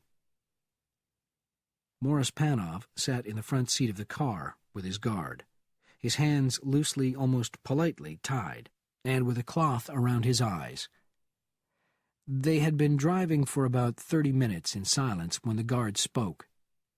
"You know, Doc, I have a nephew, my sister's kid, who's a doctor, too. I paid for him to go through medical school. He keeps asking me where the money came from." "That's very generous of you, but I'm surprised he hasn't said anything about your mouth." "My mouth? What the hell's wrong with my mouth?" "The yellow on your teeth and the fading pink of your gums." "So they've always been like that." "It might be nothing, but he should have spotted it. It could be serious. When did you last see a dentist?" "I don't like dentists." "You should see one. You could have problems." Silence. Then, 7 minutes later, "What kind of problems?" "Anything from infection to more serious stuff." Silence. 4 minutes later, "What's the most serious?" Mouth cancer. If it's caught in time, it can be stopped with minor bone removal. If not, the entire jaw might have to go. Panov could feel the car swing to one side as the driver momentarily lost control. Silence. A minute and a half later. The whole jaw? It's either that or the whole of the patient's life. You think I could have something like that? I'm not a dentist, I can't say for sure. You're a doctor, aren't you? I mean, you went to medical school. Yes. So look at me. I can't see anything. Panov suddenly felt the guard's thick, strong hand pulling the cloth off his head. The car was dark inside. Except for the front windows, the windows were almost black. Go on, look. The mafia man turned his head toward Panov. His thick lips parted and his teeth showing. It's too dark in here, replied Mo, seeing what he wanted to see in the front window. They were on a narrow country road. Wherever he was being taken, he was being driven there by an extremely indirect route. Open a window, shouted the guard, his head still twisted, his eyes still on the road. Panov lowered the window on his side, seeing nothing but trees and bushes. There we are, he continued, raising his loosely tied hands to the mafia man's mouth. His eyes, however, not on that mouth but on the road ahead. Oh, my God! He cried. What? Screamed the guard. Infection! It's everywhere in the upper and lower jaws. The worst sign. Oh, God! A huge tree, up ahead, on the left-hand side of the empty road. Morris Panov put his tied hands on the wheel, lifting his body off the seat as he pushed the wheel to the left. Then, at the last second before the car hit the tree, he threw himself to the right, curling up for protection. The crash was enormous. Broken glass and crushed metal accompanied the rising mists of steam and the growing fires underneath that would soon reach a gas tank. The guard was still breathing, not dead, his face bleeding. Panov pulled him out of the wreck and into the grass as far as he could, just before the car exploded. Panov released his loosely tied hands and picked the pieces of glass out of the guard's face. He then checked for broken bones, but it seemed that the man had been lucky. Panov searched the guard's clothing, astonished at the money that was there, about $6,000, and the various driver's licenses, 5 different identities from 5 different states.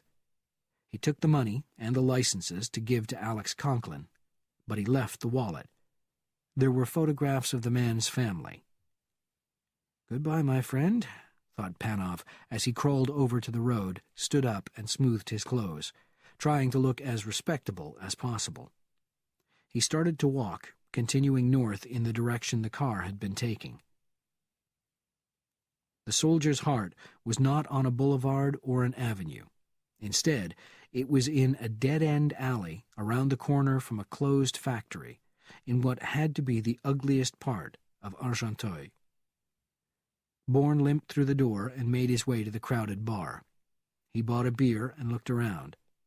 The place was full of men who looked like soldiers or former soldiers. Fights started from time to time and were stopped by the muscular waiters. Bourne took out a piece of paper and wrote on it, "The nest of a blackbird is worth 1,000,000 francs. Object: private business advice. If interested, be at the old factory around the corner in 30 minutes. Where is the harm? An additional 5,000 francs for being there alone." Bourne folded the paper over a 100-franc note and signaled the barman.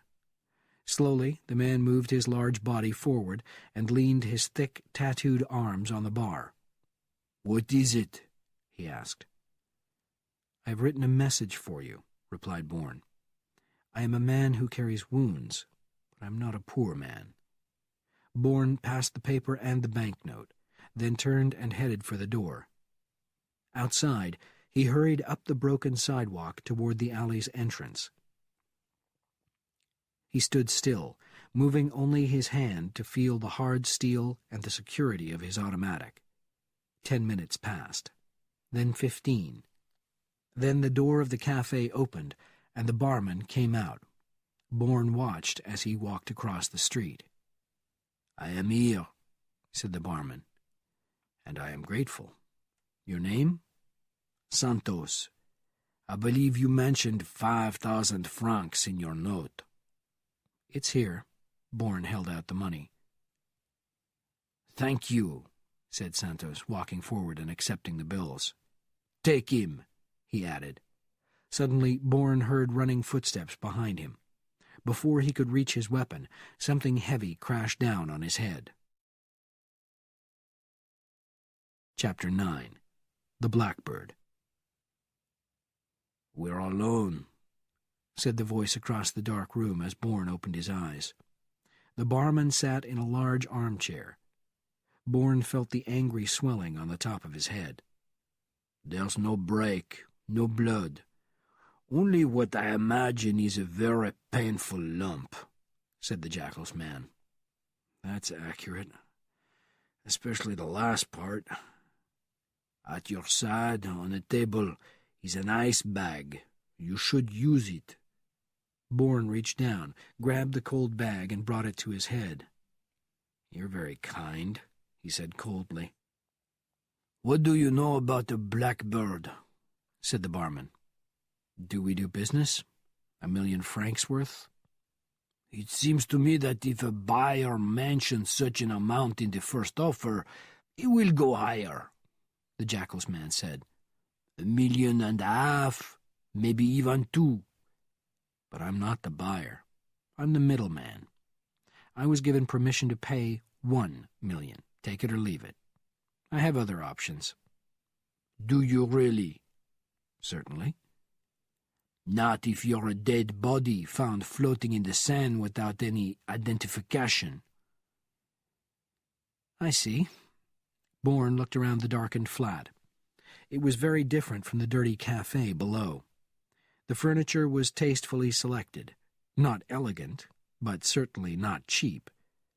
Mildly astonishing were the bookshelves covering the wall between the two windows.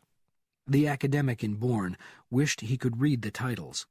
They might give him a clearer picture of this strange, huge man whose speech might have been formed at the Sorbonne. His eyes returned to the barman. "Then I can't assume I'll leave here alive?" "No," answered the Jackal's man. "Of course, you're losing any chance of collecting 1,000,000 francs, or, as you suggested, maybe a great deal more." "Then may I suggest," said the barman, crossing his thick arms in front of him as if he were a priest, and glancing at the tattoos on his skin, "that a man who has such large available funds will not only part with them in exchange for his life, but will happily deliver the information requested to avoid unnecessary and severe pain."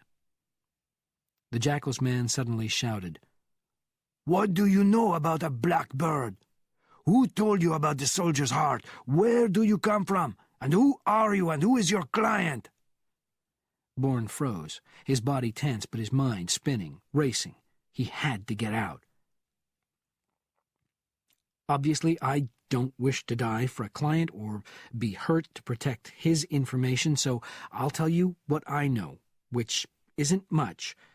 First, the funds are not available to me personally. I meet with a man in London to whom I deliver the information, and he releases an account in Bern, Switzerland, to a name and number, any name, any number that I give him. Second, what do I know about a blackbird and the soldier's heart? I was told that an old man, I suspect he was French, approached a well-known public figure and told him he was the target of an assassination. Who believes a drunk old man? Unfortunately, the assassination took place. But, fortunately, an assistant to the victim was by his side when the old man warned him. Even more fortunate, the assistant is extremely close to my client and the assassination was a welcome event to both. The assistant secretly passed on the old man's information. A blackbird is sent a message through a cafe known as the Soldier's Heart in Argenteuil. Who am I? My offices are hotel rooms in various cities. I am currently registered under the name of Simon at the Hotel Pont Royal, where I keep my passports and other papers. Bourne paused, his open hands outstretched. I've told you the entire truth as I know it. Not the entire truth, said the barman. Who is your client? I'll be killed if I tell you. I'll kill you now if you don't. He picked up Bourne's hunting knife. The blade shone in the light of the floor lamp. My clients are a group of powerful men in the United States. They guard their names like nuclear secrets. But I know of one, and he should be enough for you. Who? Find out for yourself. Find out that I'm telling you the truth, and in the process, make yourself so rich that you can do anything you want to do for the rest of your life. Where's the harm? I can be refused. My clients refuse. There's no trap. My clients don't want to see the blackbird. They want to hire him. How could this be done? How can I be satisfied? Invent a high position for yourself and reach the American ambassador in London. The name is Atkinson. Tell him you've received secret instructions from Snake Lady. Ask him if you should accept them. Snake Lady? What's that? Medusa. They call themselves Medusa. Where the hell are you? Shouted Alexander Conklin in Virginia. I don't know, Panov replied. They drugged me, Alex. I talked. We assumed that. We have to know where you are. Others are looking for you, too. A guy in a truck gave me a lift and I jumped off in the first town. But I didn't see a sign. Wait a minute, there's a drugstore across the street. The sign says, Battleford's Best. Will that help? There was a sigh on the line. Yes. If you knew anything about the Civil War, you'd know it too. Find your way to the old battleground at Ford's Bluff. There are signs everywhere. A helicopter will be there in 30 minutes, and don't say anything to anybody. Bourne walked into the Hotel Pont Royal and immediately approached the night concierge, taking out a 500-franc note and placing it quietly in the man's hand. "The name is Simon," he said, smiling. "I've been away. Any messages?" "No messages, Monsieur Simon," was the quiet reply. "But 2 men are outside. One on the Mont-Lambert, the other across on the Rue du Bac. They are watching or waiting for somebody." Bourne removed a 1,000-franc note and gave it to the man. "I pay for such eyes, and I pay well. Keep watching." "Of course, sir." Reaching his room, Bourne saw that everything was as he had left it. The bed. Oh, God, he needed to rest, to sleep. He couldn't do it any longer. Something was happening inside him, less energy, less breath. He wanted to lie down. No. There was Marie. There was Bernardine. He went to the telephone and dialed the number. "Nothing," the old man said. "She's not on any international flight currently in the air or scheduled for departure. I even checked the transfers from London, Lisbon, Stockholm, and Amsterdam. Nothing." There has to be. She wouldn't change her mind. It's not like her. And she wouldn't know how to avoid immigration. "I repeat, she's not listed on any flight from any country coming into Paris." Damn. "I will keep trying, my friend. According to Alex, one should never underestimate your Marie. Francois Bernardin woke up suddenly, frowning, disturbed. She wouldn't change her mind. The words of the husband who knew her best. She's not listed on any flight from any country coming into Paris, his own words. Paris. The important word was Paris. But suppose it was not Paris? Bernardin crawled rapidly out of bed in the early morning light. He shaved, washed, dressed, and walked down into the street to his Peugeot. 58 minutes later, he swung the car into the parking lot of a small plain brick building in Orly Airport. It was a branch of the Department of Immigration, an important one known as the Office of Air Entries, where computers kept up-to-date records of every traveler flying into France at all the international airports. 19 minutes later, he had his answer, but the information was too late. Bernardin found a payphone and dialed the Pont Royal. "Yes?" said the voice of Jason Bourne. "It's Francois. I apologize for waking you." "I was just getting up. What's happening?" "I'm out at Orly, and I'm afraid I have bad news. Your wife flew into Marseille slightly over 2 hours ago. Not Paris, Marseille." "Why is that bad news?" cried Bourne. "We know where she is. We can—" "Oh, God, I see what you mean. She can take a train, hire a car. She can even fly up to Paris under any name she wants to use." Bourne's watch read 1 o'clock when 2 men walked out of the alley and across the street. "Santos will see you now," said one of them. "I don't see him. You have to come with us. He does not leave the soldier's heart." "Why do I not like that?" "There is no reason for such feelings. As I said earlier, he has peace in his heart." Bourne was led down the alley, past the cafe's entrance, to a small break in the buildings. One by one, borne between the 2 men, they made their way to the back of the cafe. Bourne was led through an unexpectedly beautiful garden to a small outside elevator. It barely held the 3 of them. When the iron gate was closed, the silent messenger pressed a button in the darkness and spoke. "We are here, Santos. Camellia, bring us up." "Camellia?" asked Bourne. "He knows everything is all right," said the other man. "If not, my friend might have said Rose." "What would happen then?" "You don't want to think about it." The elevator stopped, and the quiet messenger opened a thick steel door. Bourne was led into the familiar room with its tasteful, expensive furniture. "You may leave, my friends," said Santos from an armchair. The 2 messengers, instead of heading for the back of the room and the elevator, opened a door in the left wall and disappeared. "Sit down, Mr. Simon," said Santos. "How is your head?" "The swelling's gone down. Thank you." Bourne sat on the large couch. "I understand you have peace in your heart." "And a desire for 3 million francs." "Then you were satisfied with your call to London?" "Yes. No one could have programmed the ambassador into reacting the way he did. He was very frightened.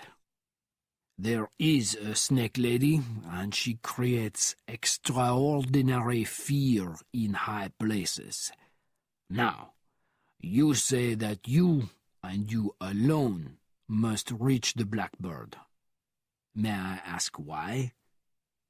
"Because if one drunk old man can talk about the soldier's heart, then others may do so. You can be traced by the police. My clients want no connection with you." "Even through you?" "Later I'll disappear. You won't, though maybe you should think about doing so. Here, I brought you something." Bourne sat forward on the couch and reached into his back pocket. He pulled out a roll of franc notes held together by a rubber band. He threw it over to Santos, who caught it in midair. 200,000 francs in advance. Give me the information I need, and I'll deliver it to London. Whether or not the Blackbird accepts my client's offer, you will still receive the balance of the 3 million. Santos got up from the chair and walked across to a card table. If you will, please, come over here. Bourne rose from the couch and walked over to the card table, suddenly astonished. Spread across the table were his 3 passports, as well as the gun and the knife taken from him last night. I'll accept your money now, said Santos. But instead of you flying to London, London will fly to Paris. Tomorrow morning, when he arrives at the Pont Royal, you'll call me. I'll give you my private number, of course. Then we'll have an exchange. The money for the information. I'll do what I can, said Bourne. 2 hours later, he called Bernardin. My God, it is 4 o'clock in the morning, so I can assume you have something important to tell this 70-year-old man. I've got a problem. You've got too many problems, but never mind. What is it? I'm as close as I can be, but I need another man. What kind of man? My contact with the Jackal expects an Englishman to fly over from London this morning with 2,800,000 francs. Far less money than you have, I assume. Yes, but I'm being watched, so I can't go to the bank, and I don't have an Englishman to bring what I can't get to the Pont Royal. I can get the money for you. Sign a paper releasing it to me. Give the paper to the hotel concierge, and I'll pick it up. Fine. What about the Englishman, this morning?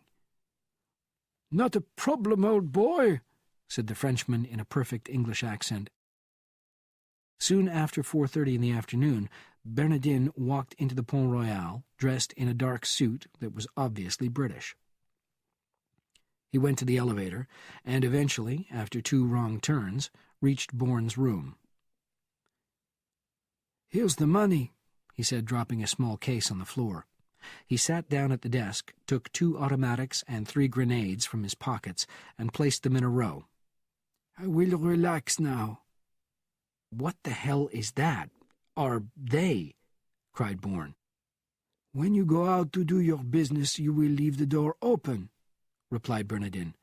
"If somebody comes down that narrow passage, he will see a grenade in my hand." "That makes sense," said Bourne, going to the door. Out on the Montalembert, he walked to the corner, leaned against the wall, and waited. A man walked across the street toward him. It was the talkative messenger from last night, his hand in his jacket pocket. "Where's the money?" "Where's the information?" answered Bourne. "The money first." "That's not the arrangement." Without warning, Bourne grabbed him by the jacket, pulling him forward off his feet. Bourne moved up his free hand and gripped the messenger's throat, his fingers digging into the man's flesh. "You go back to Santos and tell him he's got a one-way ticket to hell. I don't deal this way." "Enough," said the low voice, its owner coming around the corner on Bourne's right. The huge figure of Santos approached. "Let him go, Simon. It's nothing. It is now only you and me." Bourne released the messenger, who looked at Santos. Responding to a gesture of his boss's large head, the man raced away. "Your Englishman arrived," said Santos when they were alone. "He carried a small case. I saw myself. So I shall give you the information. What I am going to tell you, Mr. Simon, is known by only 4 people in the world. However, if you even hint at Argenteuil as your source of information, I'll know it immediately, and you will never leave the Pont Royal alive." "The contact can be made so quickly?" "With a telephone number. But you will not place the call for at least an hour from the moment we part. If you do, again I will know it, and again I tell you, You're a dead man. An hour. Agreed. Only 3 other people have this number? Why not choose one that you're not particularly fond of so that I can mention him, if it's necessary? Santos smiled thinly. Moscow, he said softly. High up in Zerninsky Square. The KGB? The Blackbird is building a network in Moscow. Always Moscow is fascinated by it. Ilyich Ramirez Sanchez, thought Bourne. Trained at Novgorod. Dismissed by the KGB as a madman. The Jackal. I'll remember that, if it's needed. The number, please? Santos said it twice, with the words that Bourne had to say. He spoke slowly, obviously impressed that Bourne wrote nothing down. Is that all clear? Yes, said Bourne, if everything goes as I hope it will. How do you want me to get you the money? Call me. You've got my number. I will leave Argenteuil and come to you. And never return to Argenteuil. Good luck, Santos. Something tells me you deserve it. No one more so. Goodbye. Santos walked away, and Bourne, his heart beating fast, headed back to the Pont Royal. Bernardin, he said, entering his room, put the weapons away. We've struck gold. In what way? An hour, announced Bourne. 43 minutes from now. Write this down, Francois. Bourne repeated the phone number given to him by Santos. Can you find out where that number is? It might take some time and cost money. The money doesn't matter, and I'll pay more for less time. Bernardin picked up the phone. Former Judge Bernard Prefontaine watched Randolph Gates cry as the professor sat forward on the couch in Boston's Ritz-Carlton Hotel, his face in his hands. So you got into trouble in France, Randy? My God, how did you find out? You know I can't possibly tell you that, but these things leave a trace. The trace, in this case, was a file held by Army intelligence. Conklin had found a reference to it in Swain's diary and asked Cassett to investigate. You don't know what it was like, said Gates. I was setting up a business deal when I was kidnapped. Then I was thrown into a plane and flown to Marseille, where the most horrible things happened to me. I was kept in a room, and every few hours I was given drugs. For more than 6 weeks. Women were brought in, movies made. I wasn't myself. So you became the Jackal's man in the world of high finance. It's how he found me. The deal I was trying to do was opposed by some people in the Far East. They hired him. Oh, my God, he'll kill me. Yes, he probably will. Sorry about that, Randy. What am I going to do? There's a way. First, a long rest at a private health center. But even before that, your complete cooperation right now. If you help, the Jackal will be killed. And you'll be free, Randy. I'll do anything. How do you reach him? I have a telephone number. Gates took his wallet from his pocket and dug into it with trembling fingers. Only 4 people alive have it. The hour was over, and Bourne left the hotel, walking slowly, crossing 4 streets until he saw a public phone by the River Seine. It was dark now, and the boats on the river were dotted with lights.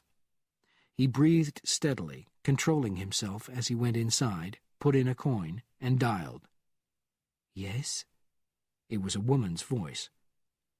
Blackbirds circle in the sky, said Bourne, repeating Santos's words in French. They make a great deal of noise, but one is silent. A man's voice came on the line. Who is this? The Jackal. It was the Jackal. The smooth, fast French could not hide the Latin American accent. Somebody who was trusted by somebody who knows you with this number. I can offer you the contract of your career, of your life. You can name your price. But those who pay are among the most powerful men in the United States. This is a very strange call, very unusual. All I need is your interest at this point. If the answer is yes, I can reveal more. If it's no, well, I tried, but I am forced to go elsewhere. The newspapers say he was in Brussels only yesterday. I'll find him. There was a sharp intake of breath at the mention of Brussels and the unspoken name of Jason Bourne. Yes or no, Blackbird? Silence. Finally, the Jackal spoke. Call me back in 2 hours, he ordered, hanging up the phone. It was done. Bourne leaned against the payphone, the sweat pouring down his face and breaking out on his neck. The Pont Royal. He had to get back to Bernardin. It was Carlos, he announced, closing the door and crossing to the bedside phone while taking Santos's card out of his pocket. He dialed. Seconds later, he spoke. "The bird's confirmed," he said. "Give me a name, any name." The pause was brief. "The case will be left with the concierge. Send one of your men. If he uses that name, the concierge will give it to him.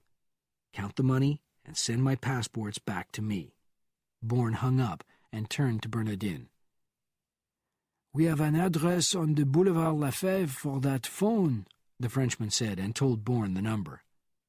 "I'm leaving," said Jason Bourne, taking Bernardin's automatic off the desk and putting 2 grenades in his pocket. "Do you mind?" "Take them," replied the Frenchman, pulling another gun from his belt. "But why?" "I've got at least a couple of hours, and I want to look around." "Alone?"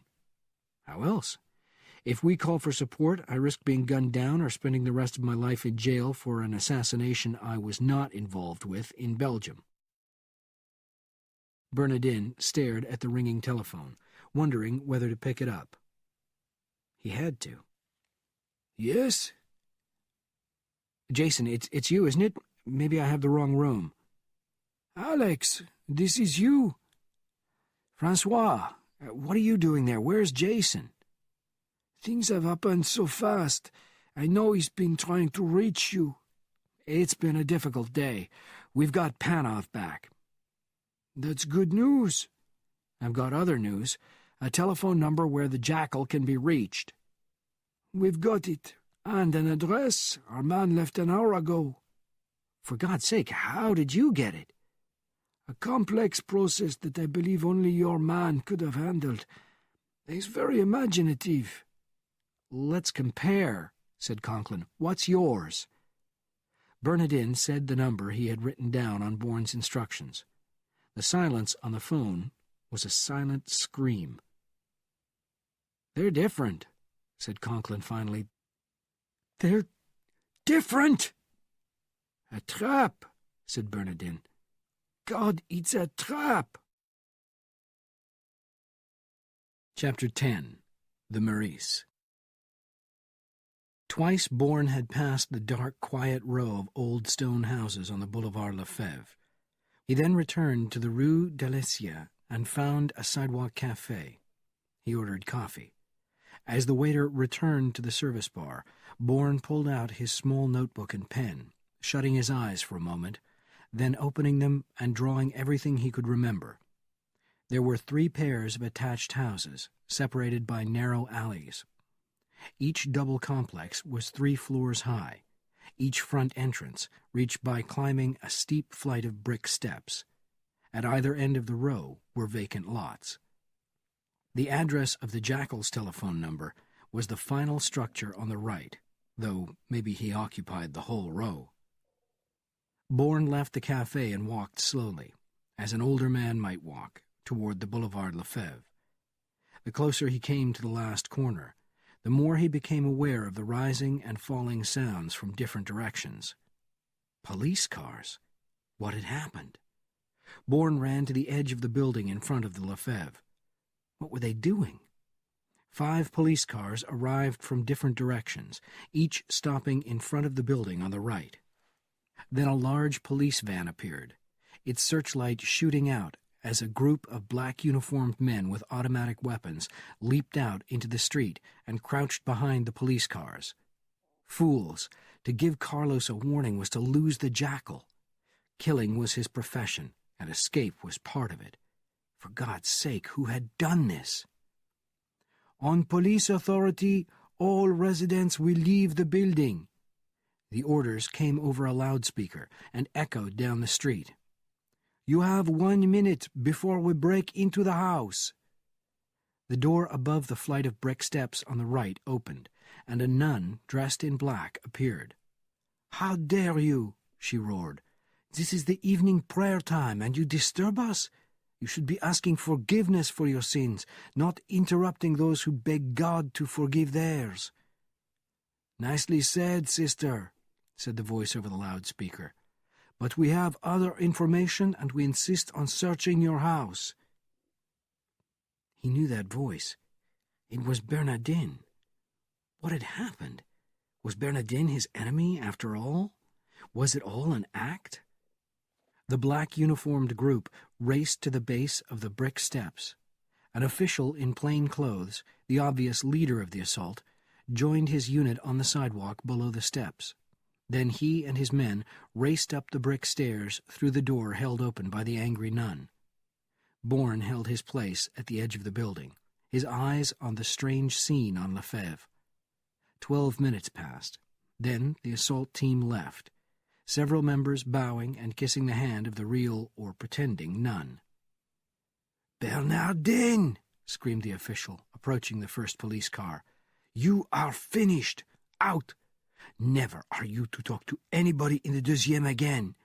If I had my way, you'd be shot. Nuns! Get out of my car before I shoot you by accident."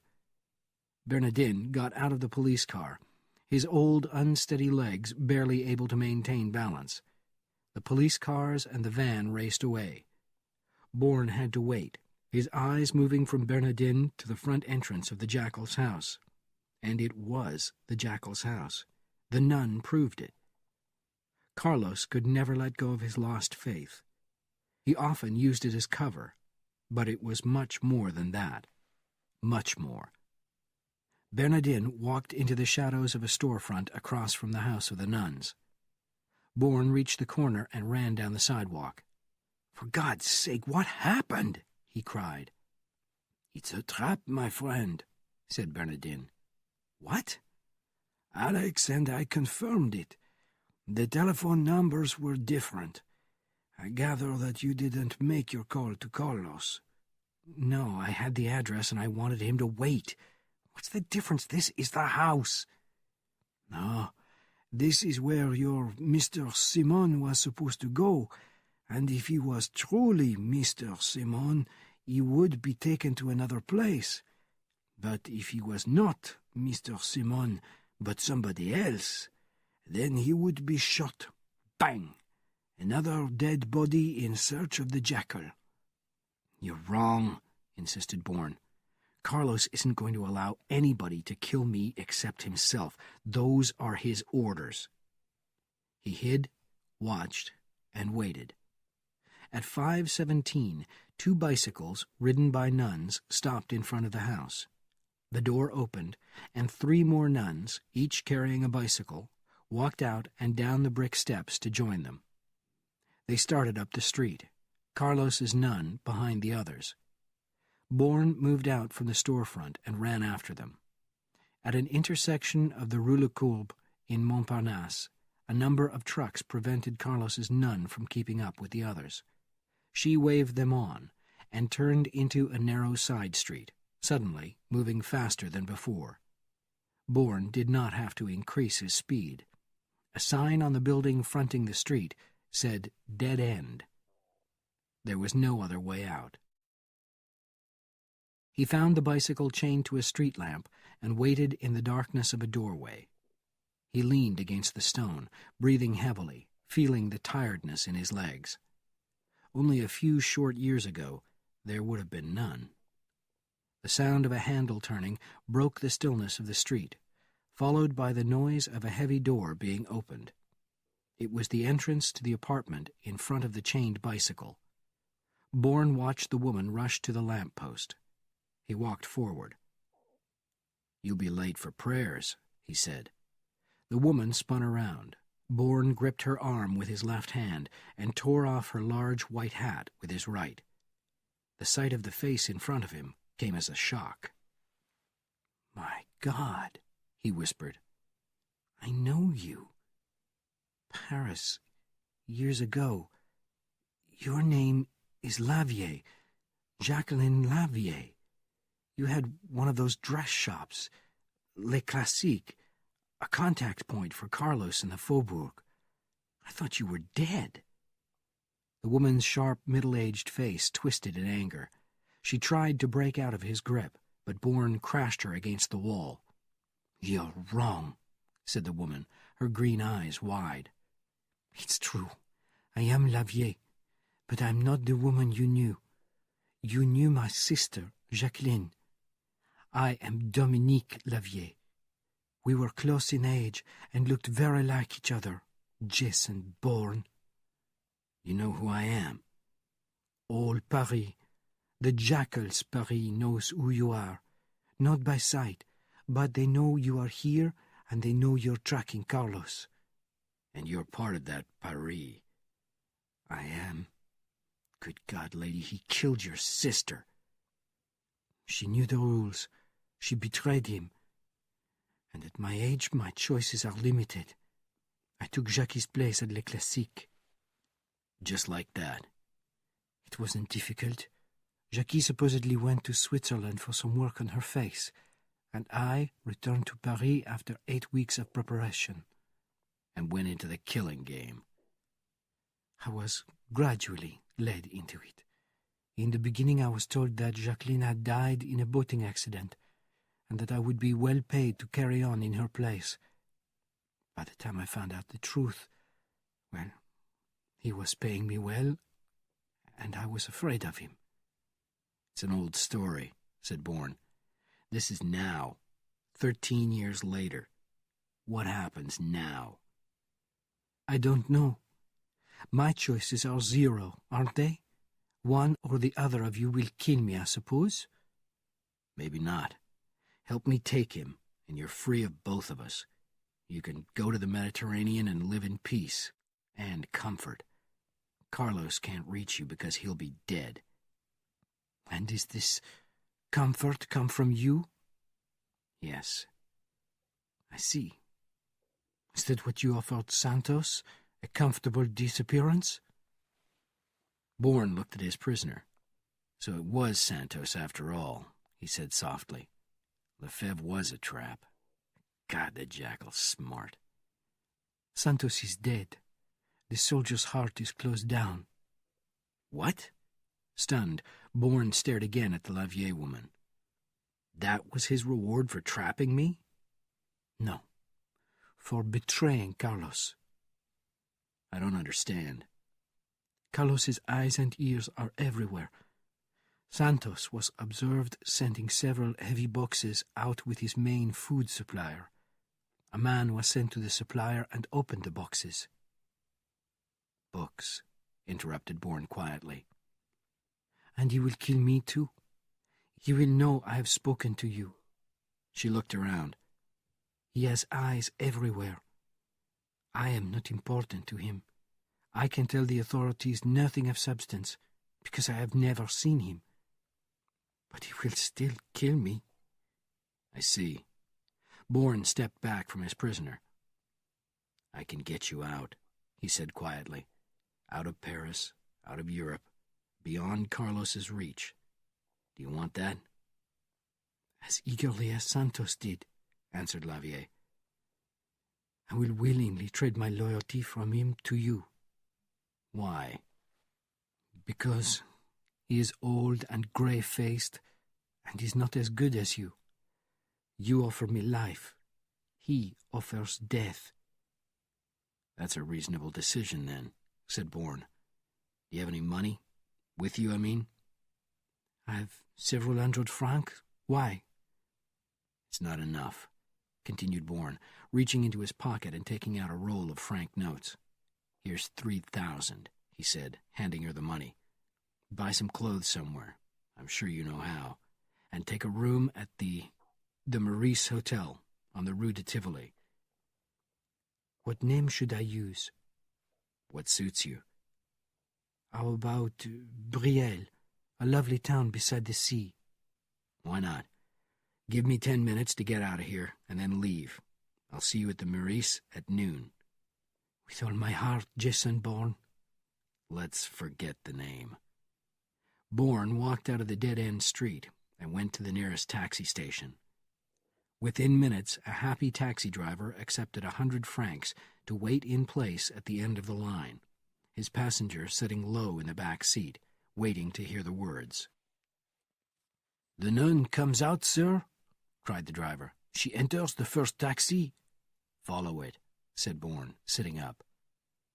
On the Avenue Victor Hugo, Lavier's taxi slowed down and stopped in front of a public phone.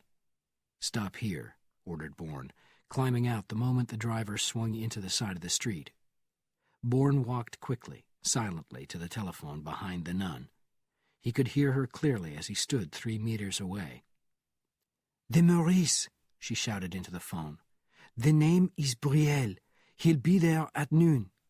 Yes, I'll stop at my apartment, change clothes, and be there in an hour." Lavier hung up and turned, shocked by the sight of Bourne. "No!" she screamed. "Yes, I'm afraid," said Bourne. "He's old and grave-faced. Those were your words, Dominique. Quite descriptive for somebody who never met Carlos." A little later, an angry Bernardin walked out of the Hotel Pont Royal and approached the taxi. "This is mad," he said. "Get in," said Bourne, on the far side of the woman dressed as a nun. Bernardin did so, staring at her. "Meet one of the Jackal's more talented performers." The taxi made a U-turn and entered the Rue de Bac. "We're going to the Maurice," added Bourne. "I'm sure there's a reason," stated Bernardin. "It's the Jackal's final trap for me," answered Bourne, "thanks to the persuasive lady here. He expects me to be there, and I'll be there." "I'll call in the 2e. I still have some friends there." "No," said Bourne. "I can't take the chance. One man could send out an alarm."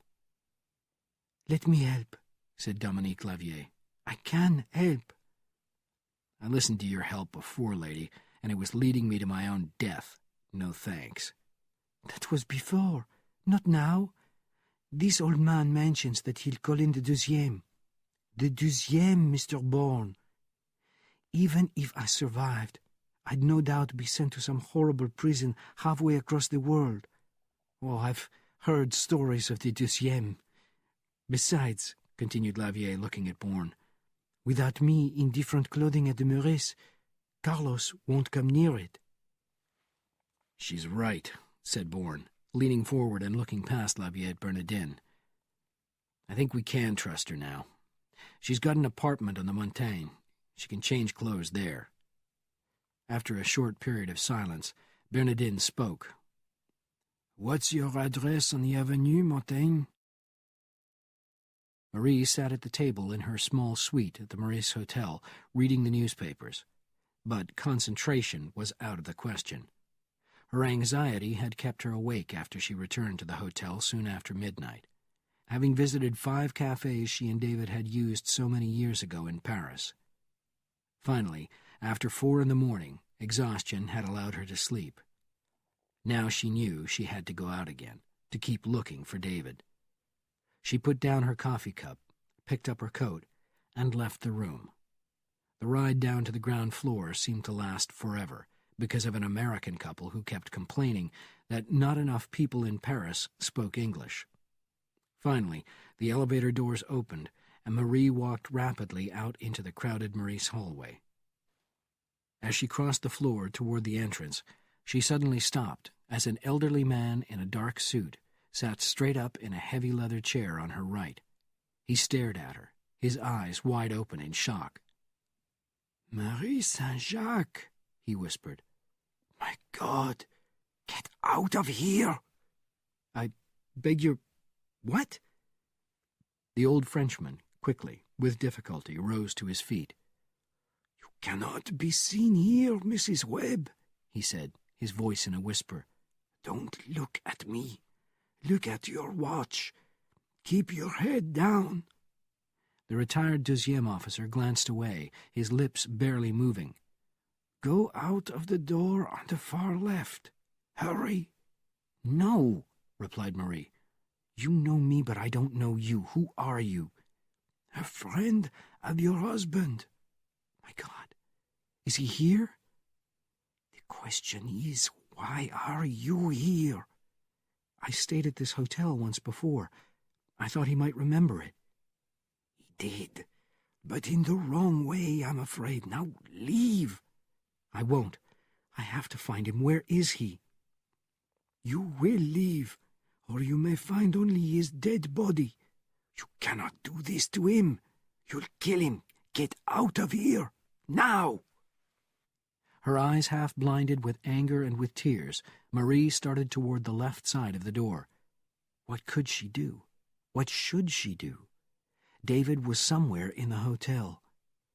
"Help me. For God's sake, Jason, tell me what to do. Jason. Yes, Jason, help me." Out in the street, she stood frozen, as taxis and limousines broke off from the traffic and pulled up beside the Maurice. A large black limousine with a small religious badge on its passenger door moved to a stop. Both doors beside the sidewalk were opened by the doorman as 5 priests got out, 1 from the front seat, 4 from the large back section. The last 4 priests immediately moved through the crowds to stand 2 at the front of the vehicle, 2 at the back. Suddenly, Marie saw a figure crossing the Rue de Rivoli. It was a tall man in dark clothes, and he was limping, avoiding the traffic. But the limp was false. The legs straightened, if only for a moment. It was David. Another, no more than 2 meters from her, also saw what she saw. A small radio was immediately brought to the man's lips. "David!" Marie screamed. Gunshots filled the Rue de Rivoli. The crowds panicked, many running into the hotel, many more racing away. The old Frenchman who had recognized her came crashing out of the front entrance, firing into the black limousine. "My friend!" roared Bernardin. "Here!" shouted Bourne. "Where is she?" "To your right, next to—" A single gunshot exploded from the glass double doors of the Maurice. Bernardin fell to the sidewalk. A second gunshot ended his life. Marie could not move. Crying, out of control, she fell to her knees, then onto the street. "We're getting out of here. Can you understand that?" said Jason Bourne, his voice not the voice of David Webb. Yes.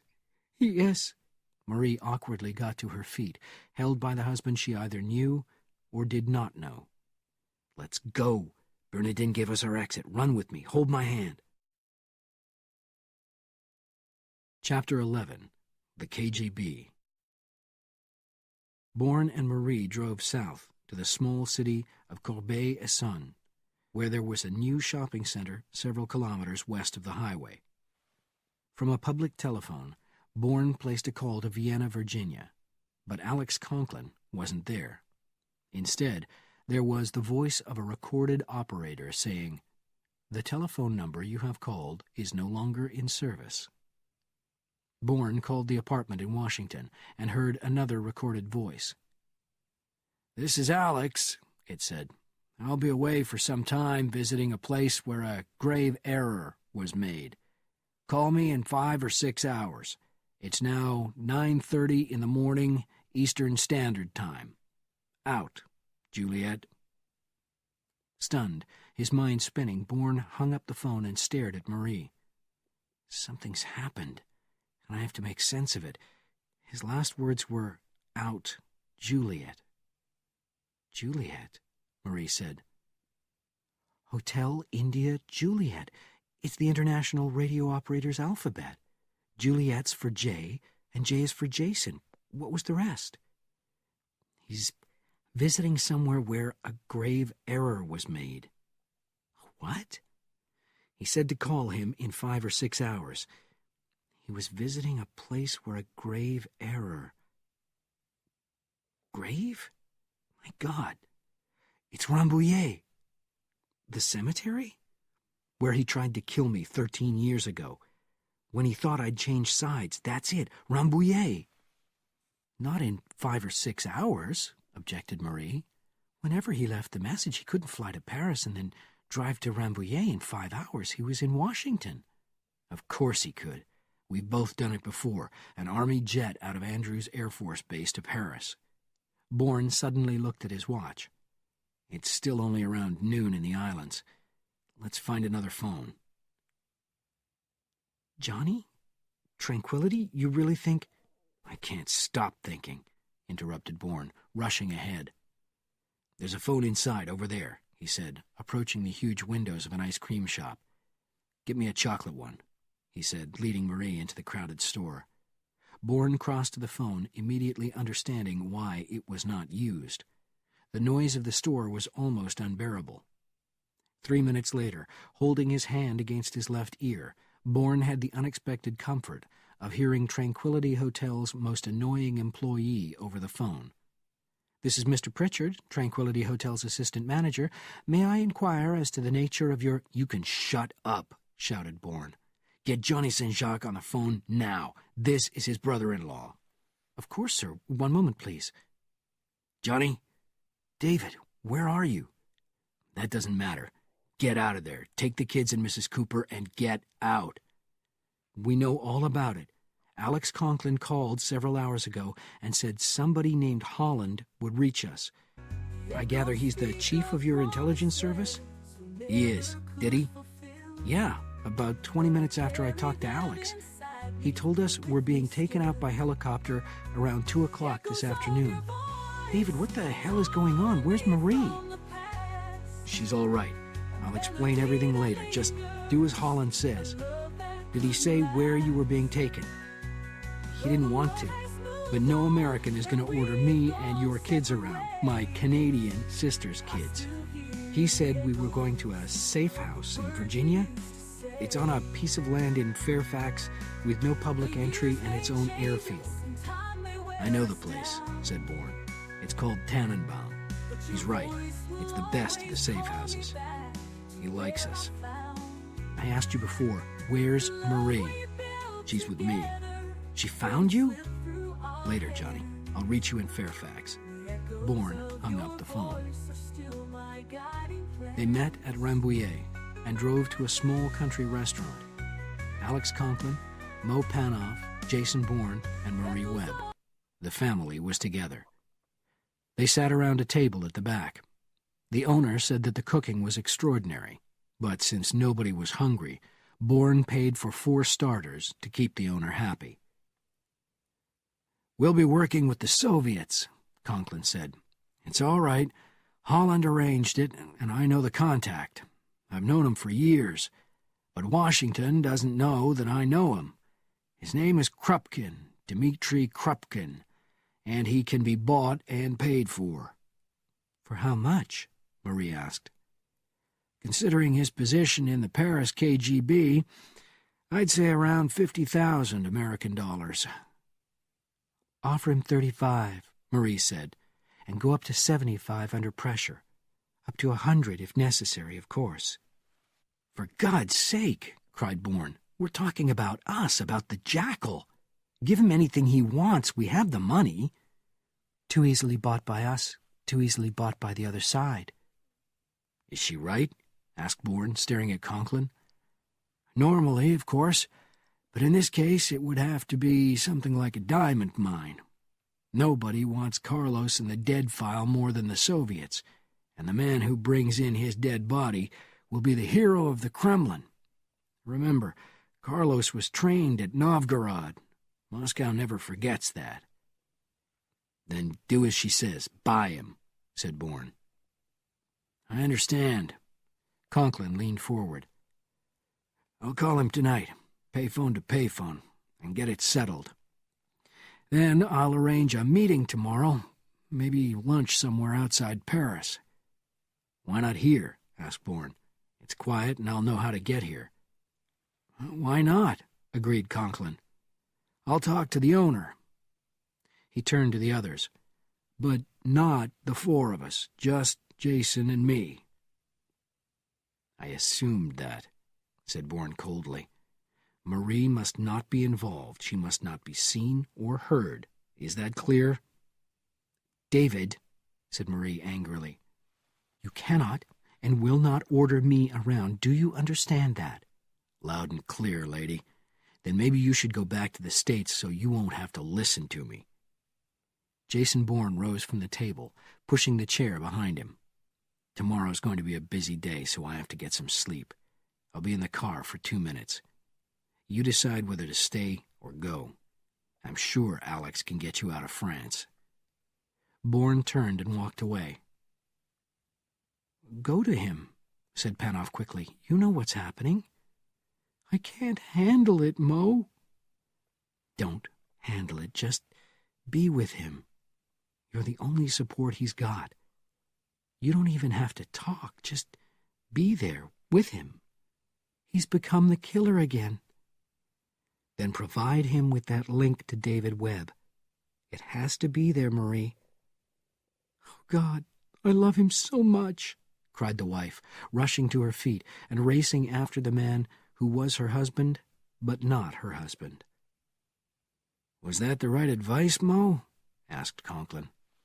"I don't know, Alex. I just don't think he should be alone with his terrors. None of us should. That's not psychiatry, it's just common sense." "Sometimes you sound like a real doctor, you know that?" The Algerian section of Paris lies between the 10th and 11th districts, barely 3 blocks, where the low buildings are Parisian, but the sounds and the smells are Arabic. A long black limousine entered this district, the badge of the Roman Catholic Church in gold on the doors. It stopped in front of a wood-framed 3-floor house, where an old priest got out and walked to the door. He pressed a button that rang a bell on the 2nd floor. "Yes?" said the metallic voice from upstairs. "I am a messenger from the American Embassy," answered the visitor. "I can't leave my vehicle, but we have an urgent message for you." "I'll be right down," said the French-Algerian driver, who worked for the Americans. 3 minutes later, the man came out of the building. "What are you dressed like that for?" he asked the messenger, who stood by the large car, covering the badge on the door. "I'm the embassy's Catholic priest, my son. A member of staff would like a word with you." He opened the car door. "Yes, sir. What can I do for you?" said the driver as he bent down to look inside the limousine. "Where did you take our people?" asked the shadowed figure in the darkness. "What people?" said the Algerian, concern in his voice. "The 2 you picked up at the airport several hours ago, the limping man and his friend." "If you're from the embassy and they want you to know, they'll call and tell you, won't they?" "You'll tell me." A third, powerfully built man in a driver's uniform appeared from behind the trunk of the car. He walked rapidly forward, raising his arm and crashing a stick down on the Algerian's head. He pushed his victim inside. The old man dressed as a priest climbed in behind him, pulling the door shut as the driver ran around to the front seat. The limousine raced away. An hour later, on the deserted Rue Houdon, the Algerian's bruised and bleeding dead body was pushed out of the large car. Inside, the figure in shadows addressed the priest. "Get your car and remain outside the Limping One's hotel. Report any movements and go where he goes. Don't fail me." "Never, sir." Dmitri Krupkin was seated at a table in the country restaurant, staring across the table at Alex Conklin, who sat beside the unidentified Bourne. "So, my dear old enemy," Krupkin said, "how and where will I be paid according to our agreement last night on the telephone?" "How and where do you want to be paid?" asked Bourne. "Aha! You are my employer, sir." "I'll be paying you, yes." "I shall write down the name of a bank and the number of an account in Geneva. the Soviet said. He reached into his pocket for a pen, but was not able to use it because a man in his early 30s walked rapidly up to the table. "What is it, Sergei?" asked Krupkin. "You have been followed. An old man in a grey car. He arrived soon after you did, looked at the name of the restaurant, then used the car telephone." "That old man's from the Jackal," said Bourne. "Carlos!" cried Krupkin, his blue eyes angry. "The Jackal's after you, Alexei?" "No, him," answered Conklin, pointing at Bourne. "Good God. With what we've learned in Moscow, it's all making sense. So, I have the honor to meet the famous Jason Bourne. A great pleasure, sir. We have the same aim where Carlos is concerned, do we not?" "If your men are good, we may achieve that aim before the end of the next hour. Let's get out of here and use the back way, the kitchen. He's found me, and you can bet he's coming out here for me. But he doesn't know that we know that. Let's go." As the three men rose from the table, Krupkin gave instructions to his assistant. "Have the car brought around to the back, Sergei." "Of course, comrade." The assistant hurried back to the entrance. They left through the kitchen and waited in Krupkin's Citroën on the edge of a field. Suddenly, a dark brown limousine shot up the road from the highway to Paris. It pulled to a stop in front of the restaurant, and two men leaped out of the side door, their faces covered, their hands holding automatic weapons. A third man came out of the vehicle, wearing a priest's black clothing. Suddenly there was an ear-splitting scream of revenge from the Jackal as the terrorists rushed inside, their weapons on automatic fire. "Now!" cried Sergei. The Citroën swung out on the road, rushing toward the limousine, but in a split second its progress was stopped. A huge explosion took place on the right. The old man, the informer, and the gray car in which he was sitting were blown up, sending the Citroën to the left into a fence. "Get out!" shouted Sergei, pulling Bourne from the seat onto the dirt by the fence, as his stunned superior and Alex Conklin crawled out behind him. "Let's go!" cried Bourne. "He blew up the car!" They ran to the front doors of the restaurant and burst inside. The next 60 seconds were like a scene from hell. The waiter and two male customers were dead, lying on the floor with blood running from their heads. Women screamed. Sergei suddenly rushed forward, his weapon on automatic fire. In a back corner of the room, he had spotted a figure whom Bourne had not seen.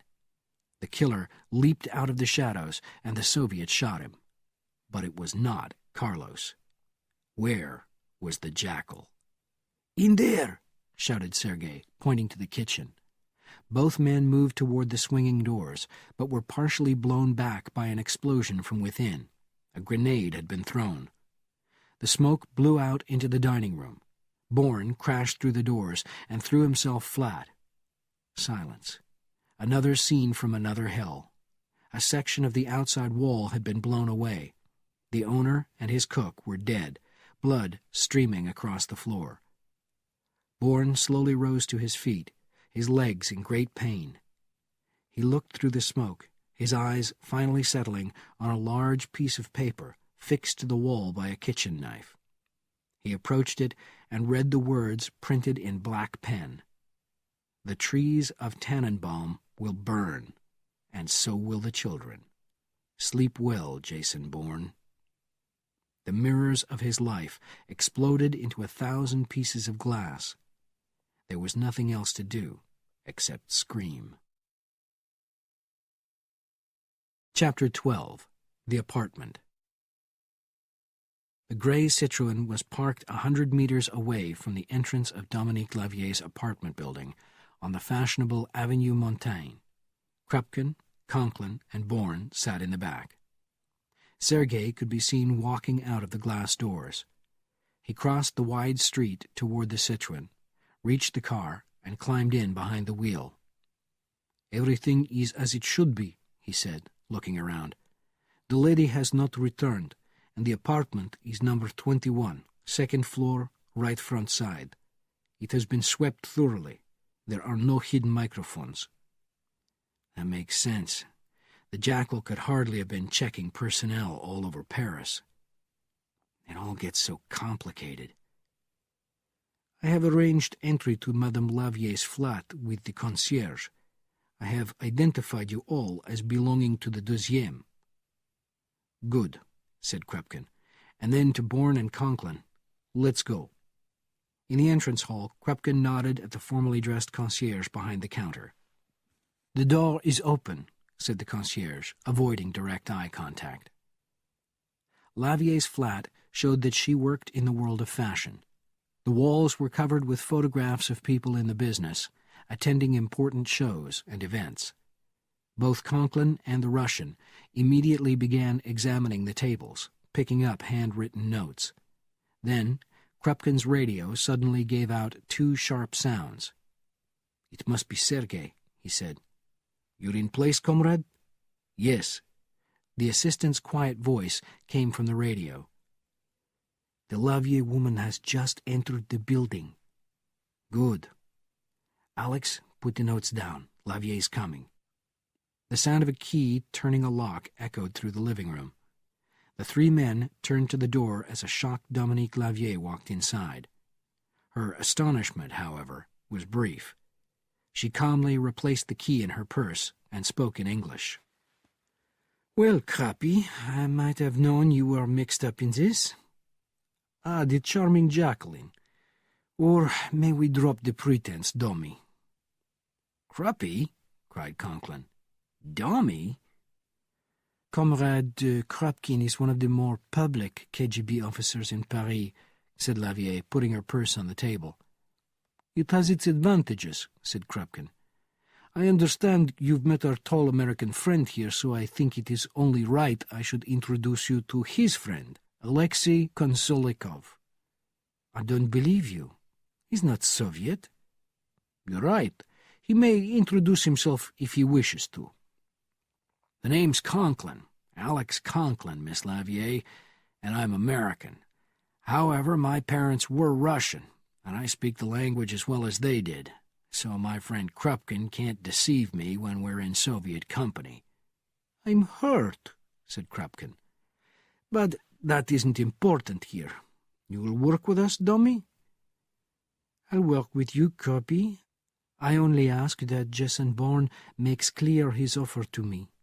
With Carlos, I'm a caged animal, but without him, I have no money." "Name your price," said Bourne. "Write it down," said Conklin, glancing at Krupkin. "Let me see," said Lavier, walking across to the desk. "I'm within a few years of 60, from one direction or the other, and I will have maybe 15 to 20 years." She wrote a figure on a piece of paper and walked across to Bourne. "I'd prefer not to argue. I believe it's fair." Bourne took the paper and read the amount. $1 million. "It's fair," he said, handing the note back to Lavier. "Add how and where you want it paid, and I'll make the arrangements when we leave here. The money will be there in the morning." Lavier looked into Bourne's eyes. "I believe you," she said, bending over the desk and writing her instructions. She gave the paper back to him. "The deal is made, sir, and may God give us the kill.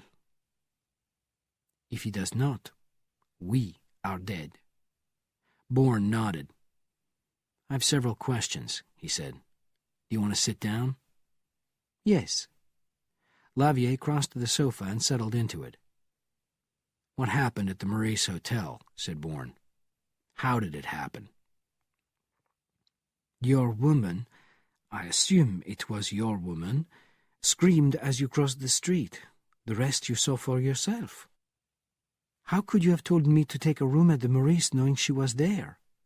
"I didn't know. We were here in Paris 13 years ago. My memory of that time isn't good, but the name Maurice means something. Maybe we stayed there. Maybe that's why she chose it. Anyway, what is our position now?" "Carlos still trusts me. He blames everything on the woman, your wife, I'm told, and has no reason to hold me responsible." Bourne nodded. How can you reach him? I cannot directly, but I can get a message to him. I call several old men at cheap cafes, and they call others. Somehow, the messages get through. Very quickly. Conklin moved closer to her. I want you to send the most urgent message you have ever sent to the Jackal. You must talk to him directly. It's an emergency, and you can talk about it with nobody except Carlos himself. About what? Said Krupkin. What could be so urgent that the Jackal will agree to a meeting? Like our Mr. Bourne, he worries about traps. Conklin shook his head and limped to a side window, deep in thought. He looked down at the street. My God, it could work, he whispered to himself. What could work? Asked Bourne. Dmitri, hurry, call the embassy and have them send the biggest, most impressive limousine you have. The force and urgency of Conklin's command had its effect. The Russian walked rapidly to the telephone and dialed, then spoke into the phone in Russian. It's done, said the KGB officer. And now I think you should give me a good reason for doing it. Moscow, replied Conklin, still looking out the window. What are you saying? Roared Krupkin. We've got to get Carlos out of Paris, said Conklin, turning. Where better than Moscow? In this city, he's got all the firepower, an untraceable network of gunmen and messengers, and many places to hide. London, Amsterdam, Brussels, Rome. They'd all be better for us, but the best is Moscow. Oddly, it's the one place in the world that he can't resist, and also the one that's the least welcoming. Alex, you're losing your mind, Krupkin said. What could Domi say that would make him go to Moscow? That's easy. The KGB in Moscow is getting closer to the Jackal's man in Dzerzhinsky Square. They know he's one of, let's say, 10 or 15 officers in the highest ranks. When they find him, Carlos can't do anything with the KGB. Worse, he'll lose an informer who knows much too much about him to the men who ask painful questions. But how would Domi know that? Said Krupkin. Come over here, Conklin said. Just you for the moment, and stay away from the window. Look around the side of one of the curtains. The Soviet did as he was told. What do you see? Asked Conklin, gesturing to an old brown car below on the street. Krupkin did not bother to reply. Instead, he took his radio from his pocket and pressed a button. Sergei, there's a brown car about 80 meters down the street. We know, sir, interrupted the assistant. We're watching it. It's an old man who hardly moves except to look out of the window. Does he have a car telephone? No, comrade. And if he leaves the car, he'll be followed, so there can be no outside calls unless you direct otherwise. Thank you, Sergei. The Jackal's man, said Bourne, stepping forward. Now do you understand? Asked Conklin, speaking to Krupkin. Of course, replied the KGB official. After we leave, Carlos is told that a Soviet embassy vehicle was sent to pick us up, and for what other reason would we be here except to question Madame Lavier?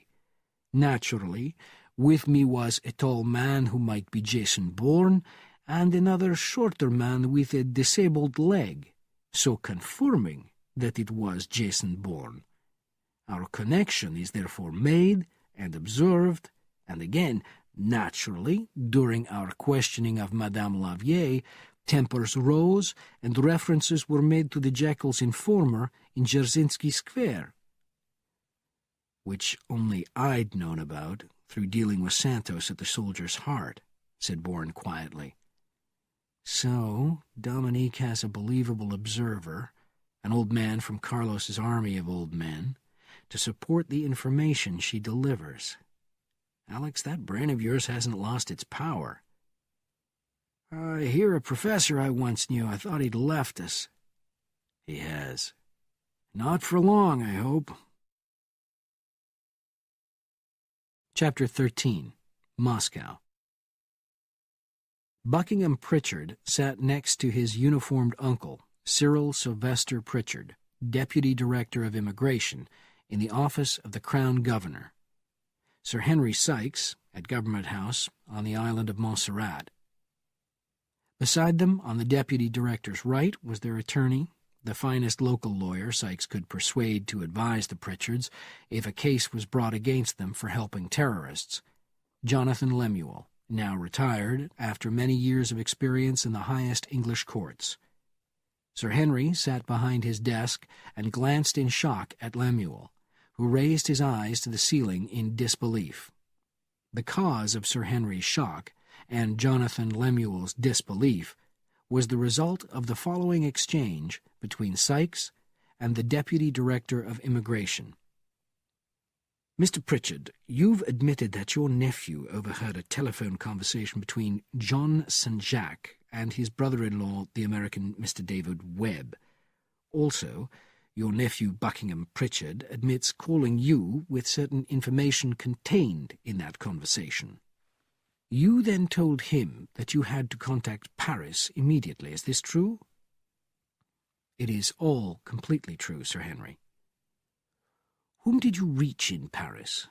What's the telephone number?" "With respect, sir, I am sworn to secrecy." "What did you say, Mr. Pritchard?" "My nephew and I are part of an international organization involving the great leaders of the world, and we have been sworn to secrecy." "Enough!" shouted Sykes, the veins in his head standing out. "You have both been complete fools. You've been tricked by an international terrorist who is wanted all over the world. Do you know the penalty for helping such a killer? It is death by hanging. Now what's that number in Paris?" "Under the circumstances," said the Deputy Director, speaking calmly despite the fact that his hand shook as he reached for his notebook, "I'll write it down for you. One asks for a blackbird. In French, Sir Henry." As Krupkin entered Moscow's Hotel Metropole with Bourne and Conklin, the manager quietly said, "Comrade, there is an urgent message for you." He walked rapidly up to the KGB man and pushed a folded note into his hand. "I was told to deliver it to you personally." "You have done so, and I thank you." Krupkin watched the man walk away, then opened the paper. "I must call Dzerzhinsky immediately," he said, turning. "It's the extension number of my assistant. Come, let's hurry." In the suite, the doors of the two bedrooms were opposite each other. The space between them was a large sitting room, complete with a bar. "Help yourselves," said Krupkin, heading for a telephone on the desk. "By the way, you'll find your weapons in your bedside table drawers. Each is a 38 Grasburya automatic." Krupkin dialed a number and spoke in Russian. He shook his head as he hung up the telephone. "We must go immediately." "Go where?" Conklin said. "We just got here." "We've taken an apartment on the Sadovaya. That's Moscow's widest street, Mr. Bourne. We'll be using it as our headquarters." The car was parked some way from the hotel, where it would be less obvious. A hotel employee got it for them, and Krupkin drove them across the city. The luxury apartment on the busy Sadovya was one of many in an old stone building that, like the Hotel Metropole, reflected old Russia. The walls were covered with red wallpaper, and the furniture was elegant. But to the right of the large living-room fireplace was a more modern item, a large black television set with a video cassette player. In the apartment was a strongly built man in an untidy uniform, his shirt open at the neck. "For you, I have no name," he said. "You can call me Captain, although my rank is higher." The KGB officer walked to the huge television set and switched it on. "St. Basil's in Red Square," said Krupkin, looking at the screen. "It's a museum now, but occasionally they hold a small religious service." The screen shook as the man carrying the video camera moved inside the building. Then it became steady. It showed an elderly man in a black raincoat. He was walking beside one of the side walls. "Rodchenko," said the captain. "The great Rodchenko." The man on the screen moved into a corner where two large candles threw shadows on the stone walls. Rodchenko approached another man, a priest, losing his hair, thin, his skin dark. "It's him!" cried Bourne. "It's Carlos!" Then a third man appeared on the screen, joining the other two, and Conklin shouted, "My God!" he roared. "Hold it there!" The KGB officer paused the tape. "The other one! Do you recognize him, David?" "I know him, but I don't know him," replied Bourne quietly, as images going back years began filling his mind. There were explosions, white blinding lights with figures running in a jungle, a captain with a snake lady tattooed on his arm. "It's Ogilvy," said Conklin, his voice distant. "Bryce Ogilvy. My God, they did link up.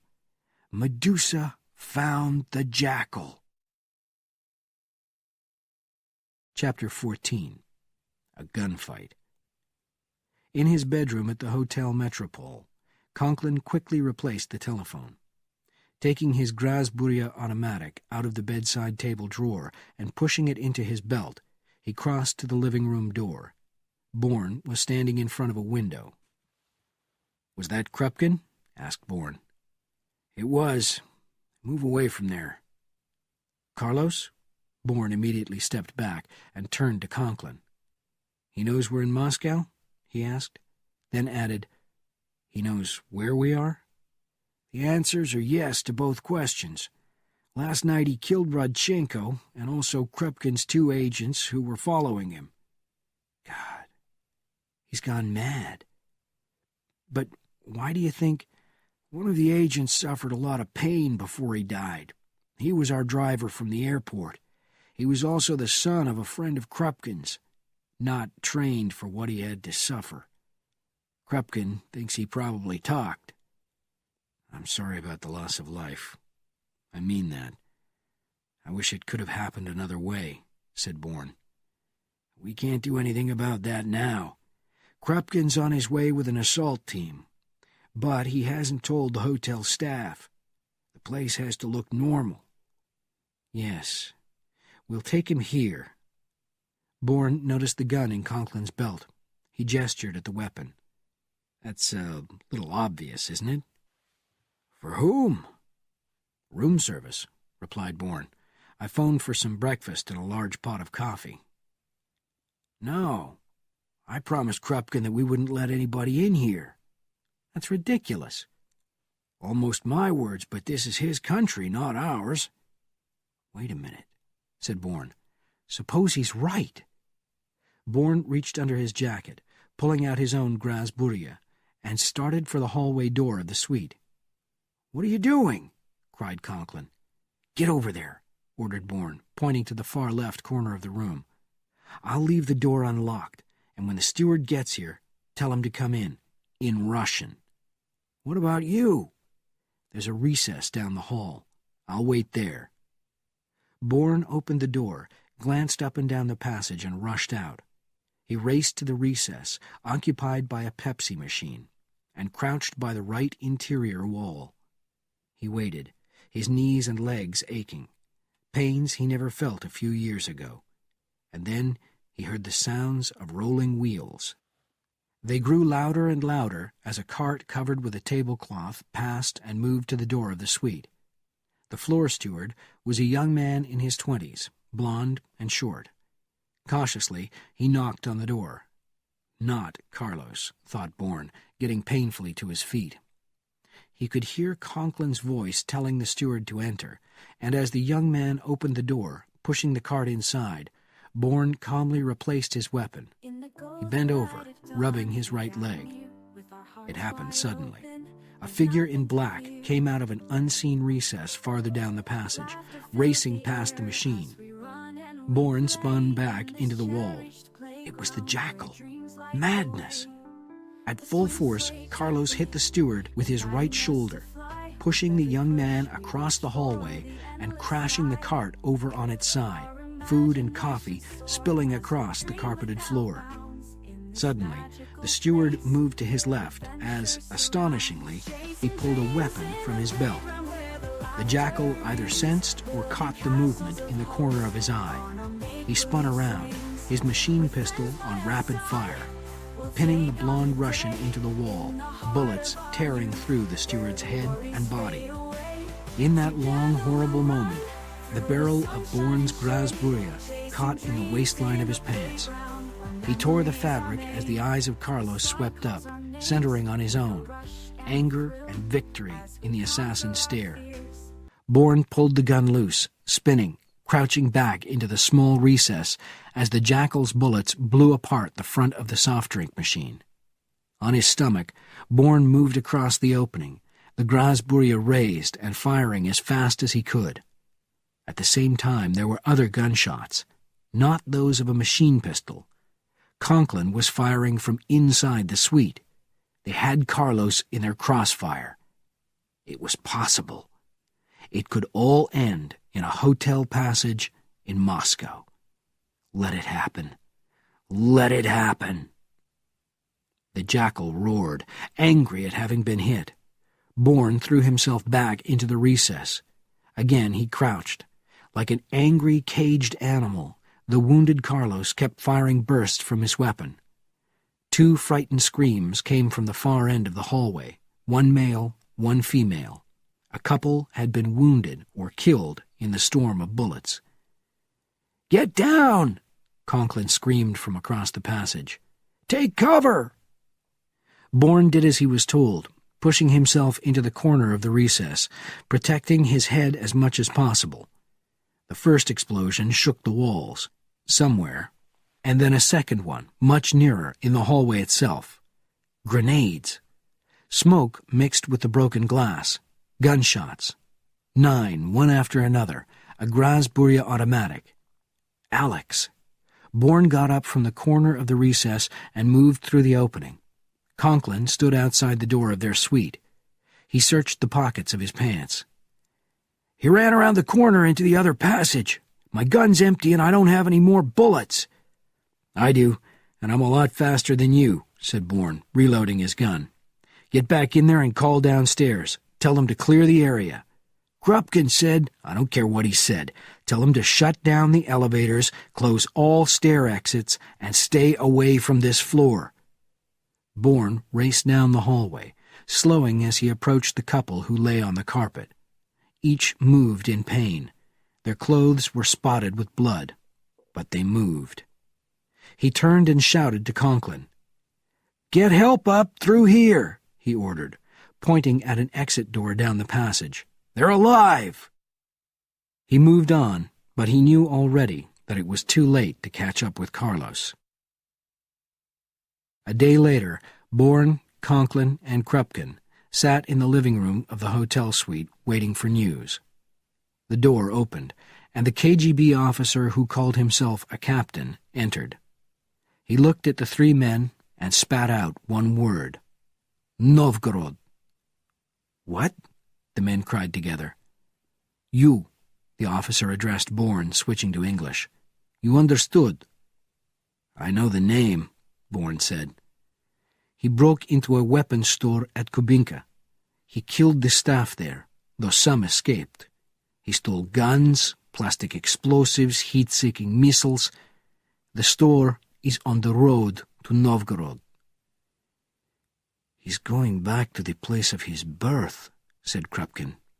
"To the training camp, where Ilyich Ramirez Sanchez became Carlos the Jackal. He's going there because he was thrown out, marked for death as a madman." "What will he do in Novgorod?" asked Bourne quietly. "Who knows? He intends to leave his mark, no doubt, in answer to the people he believes betrayed him more than 30 years ago. He probably has papers to get him inside. I can't believe he hasn't, but we'll stop him." "Don't even try," said Bourne. He may or may not use the papers. Like me, he doesn't need them to get inside. But if he senses something is wrong, and he will, he'll kill a number of good men and still get in." "What are you saying?" asked Krupkin cautiously. "Get me inside ahead of him, with a detailed map of the whole complex and a document that allows me to go wherever I want to." "You've lost your senses," cried Krupkin. "An American? An assassin inside Novgorod?" "I haven't the slightest interest in your training facility. My only concern is Carlos. I want him dead, and so do you." "All right," said Conklin from his chair, his eyes on the ceiling. He looked straight at Krupkin. "Let's deal. You get him into Novgorod, and you keep Ogilvy." "We've already got him, Alexei." "You haven't. Washington knows he's here." "So?" "So I can say you lost him, and they'll believe me. Think of it. No world court embarrassments, none of the problems caused by holding an American accused of international crimes. You take over the Medusa operation with no complications. And who better to be in charge than you? A cultured man with experience of living in the West? Forget the house in Geneva, Kruppy. How about a villa on the Black Sea?" "It is a most intelligent and attractive offer," said Krupkin thoughtfully. "No, no, no!" shouted the KGB officer. "This is crazy!" "Oh, for God's sake, shut up!" roared Krupkin. "We're talking about things you cannot possibly understand." "What?" Like a young child criticized by an adult, the officer was both surprised and frightened by Krupkin's words. "Very well," said Krupkin, his own eyes now on the ceiling. "The order will be issued secretly, its origins untraceable." "How fast can I get there?" asked Bourne. "There's a lot I have to organize." "We have an airport in Vnukovo under our control, no more than an hour away. First, I must make arrangements. Hand me a telephone. You, my stupid comrade." The officer moved quickly, bringing a phone to Krupkin's table. "One more thing," Bourne said. "Have TASS put out an immediate news release with heavy coverage in the newspapers, radio, and television that the assassin known as Jason Bourne died of his wounds here in Moscow. Don't give too much detail, but they will need to know something of what happened here this morning." "That's not difficult. TASS is an obedient servant of the state." Chapter 15. Novgorod. Novgorod. It was a work of great inventiveness, cut out of the immense forests along the Volkhov River.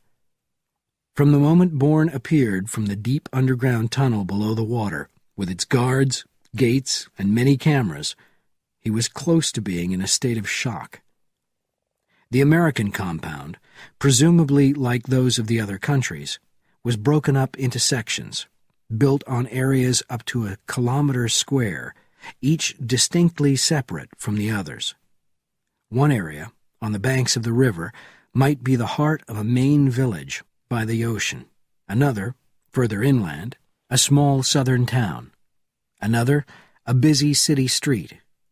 Each was completely real, with the appropriate vehicles, police, stores and drugstores, gas stations, and office buildings. The people who worked there dressed as local people would. Obviously, as important as the physical appearances was language, not just the use of excellent English, but the mastery of regional differences. As Bourne wandered from one section to another, he heard all around him the distinctive sounds of New England, of Texas, of the Midwest, and the large eastern cities. It was all unbelievable. Bourne followed the signs. Everything was in English. To the city of Rockledge, Florida. He was going to meet a man called Benjamin at a lunch counter in the local Woolworth store. He was looking for a man in his mid-20s with a Budweiser baseball cap on the high chair beside him, saving the place. It was time, 3:35 in the afternoon. He saw him.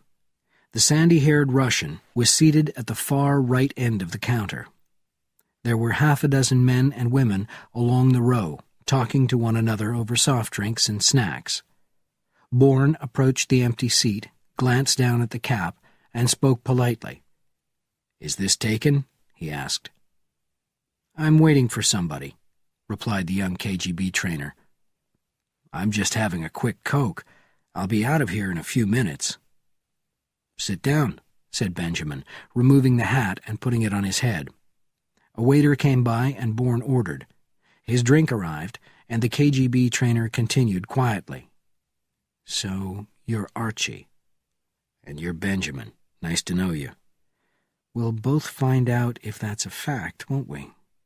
Do we have a problem? I don't approve of you being here. I've lived in the United States and I sound American, but I don't like Americans." "Listen to me, Ben," interrupted Bourne, his eyes forcing the trainer to look at him. "I haven't the slightest interest in the purpose of Novgorod, although the whole complex is a lot more impressive than Disneyland." Benjamin tried hard not to laugh and failed. "Come on," said Bourne. "Let's take a walk." 8 hours later, at exactly 12:02 a.m., the telephone in the command suite screamed. Benjamin leaped off the couch and grabbed the phone. "Yes? Where? When? And he's inside?" "Yes." He put the phone down and turned to Bourne. "It's unbelievable. At the Spanish tunnel across the river, 2 guards are dead, and on this side, the officer of the guard was found 50 meters away from his post, a bullet in his throat. They ran the videotapes, and all they saw was an unidentified man walking through carrying a bag, in a guard's uniform." "What else?" asked Bourne coldly. On the other side was a dead farm worker holding torn papers in his hand. He was lying between the 2 murdered guards, one of them only wearing his shorts and shoes. How did he do it? The farm worker was working for him. Carlos must have paid him a lot and sent him in with rotten false papers, then run in himself. The officer appeared at the right time and caught the farm worker, and in the confusion, Carlos got through the tunnel. But the papers he used, everything had to be checked against the computer. Those were Krupkin's instructions. I think you have to accept that Carlos has somebody inside here, somebody with authority. That's possible, agreed the young trainer rapidly. So let's go, and when we get outside we stop somewhere and you get me what I need. Okay, that's been approved. The Jackal braked the huge fuel truck at the West German border. He adjusted the coarse shirt that covered a Spanish general's uniform, and as the guard came out of the gatehouse, Carlos spoke in Russian, using the same words he had used at every other crossing. Don't ask me to speak the stupid language you talk here. I deliver gas. I don't spend time in classrooms. Here's my key. I barely speak it myself, comrade, said the guard, laughing as he accepted the small, flat object and pushed it into the computerized machine. The heavy iron barrier moved up into the vertical position. The guard returned the key, and the Jackal sped through into a small West Berlin. In the narrow copy of a main street, he slowed down and pulled the gas release. The fuel flowed out into the street. He then reached into the open bag on the seat beside him, took out the small pre-timed plastic explosives, and, as he had done throughout the southern compounds to the border of France, threw them through the lowered windows on both sides of the truck toward the wooden buildings he thought would burn best. He sped into the Munich section, then to the port of Bremerhaven on the river, and finally into Bonn, flooding the street, throwing out the explosives. He had barely 15 minutes before the first explosions took place in all of West Germany, followed by explosions in the other compounds, each spaced 8 minutes apart, timed to create maximum effect. And while the fire engines raced here and there, and the frightened people tried to escape, Ilyich Ramirez Sanchez would burn Paris. Then would come England, and finally the largest compound in Novgorod, the United States of America, country of the second-rate assassin, Jason Bourne. Carlos checked his bag. What remained were the most dangerous instruments of death found in the weapons store of Kubinka.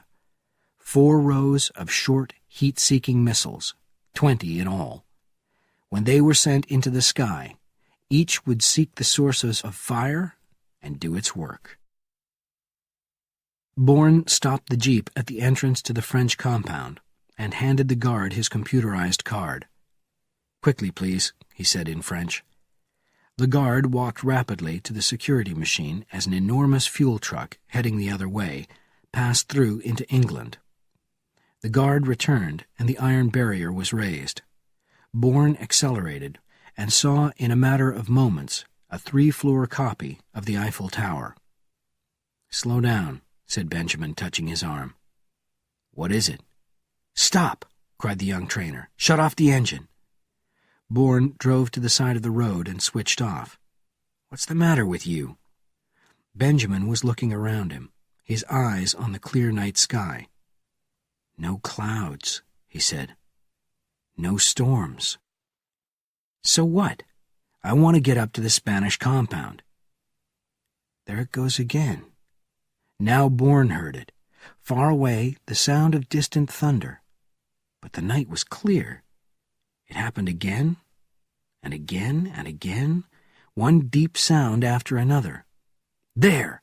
shouted the young Soviet, standing up in the jeep and pointing to the north. "What is it?" "That's fire, young man," answered Bourne softly, as he also stood up and stared at the yellow light in the distant sky. "And my guess is it's the Spanish compound. He was initially trained there, and that's what he came back to do. To blow the place up. It's his revenge." "Get down. We've got to get up there."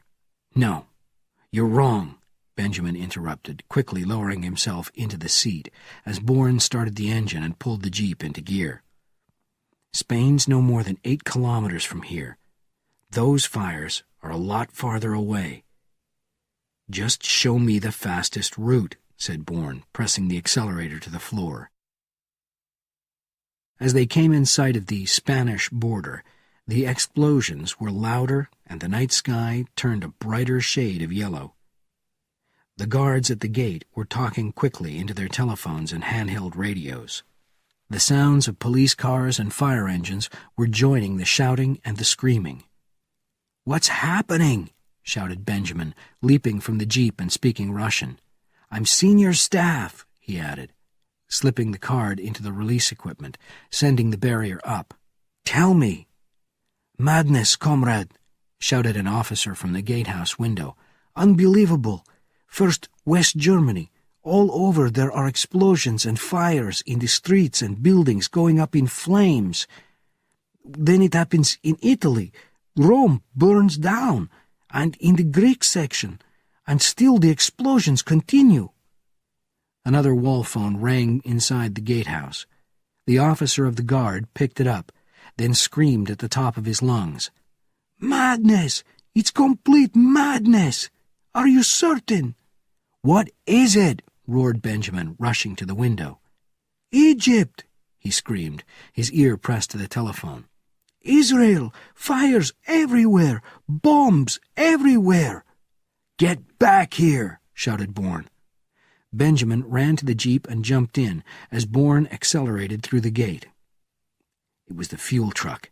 That damn fuel truck that passed us at the French border. That was him. "Yes, but where are we going?" Benjamin shouted.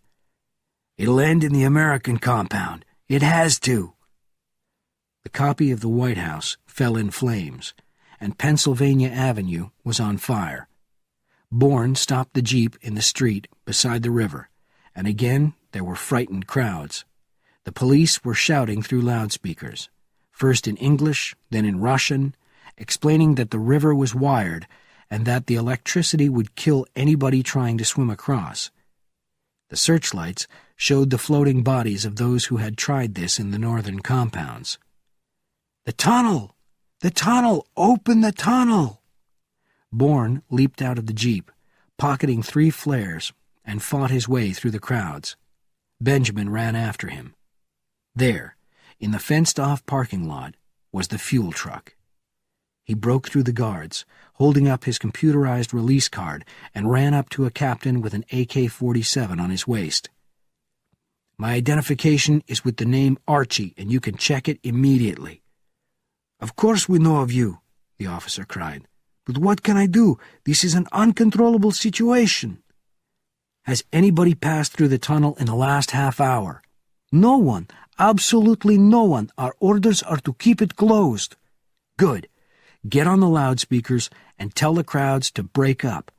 Tell them the crisis has passed and the danger with it." "How can I? The fires are everywhere, the explosions everywhere." "Do as he says," roared Benjamin's voice behind Bourne. "Who gives me such orders?" shouted the officer. "Check my authority, friend, but do it quickly," answered Benjamin, holding out his card. "Move, you fool!" "Attention!" The voice came from the many loudspeakers around the tunnel as the explosions began to die down. "The crisis has passed. Stay by the banks of the river and we will look after you. These are orders from our superiors, comrades."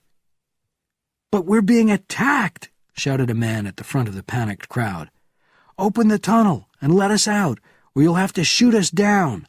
"Open the tunnel!" the people cried. The protesting voices grew louder. "Can you operate the tunnel's machinery?" Bourne shouted. "Yes, everybody on the senior staff can. It's part of the job." "The iron gates you told me about." "Of course." "Where are the controls?" "The guardhouse." "Get in there," shouted Bourne to Benjamin, taking one of the flares out of his field jacket pocket and handing it to him. "When you see one of my flares go over the crowd, lower those gates on this side, only this side, understood?" "What for?" "My rules, Ben. Do it. Then light this flare and throw it out the window so I know it's done." "Then what?" "Something you may not want to do, but you have to. Take the gun from the captain's body and force the crowd. Shoot it back into the street. Rapid fire into the ground in front of them or above them. Do whatever you have to do." The trainer, named Benjamin, looked angrily at Bourne, then turned and began fighting his way to the guardhouse.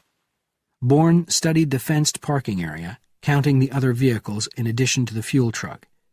There were 9 parked by the fence, 6 cars and 3 vans, all American-made or good copies. Bourne crouched and crawled forward. He reached the waist-high fence, the noise behind him continuous, deafening. Then, from an opening he could not see, 2 police cars raced inside. Uniformed men leaped out from every door and ran to the open gate that led to the guardhouse and tunnel. There was a break in space, in time, in men. 3 men had come out of the second car, but now there were 4. But he was not the same. The uniform was not the same. The officer's cap had a gold ribbon, and the shape was wrong for the U.S. Army. What was it? And suddenly Bourne understood.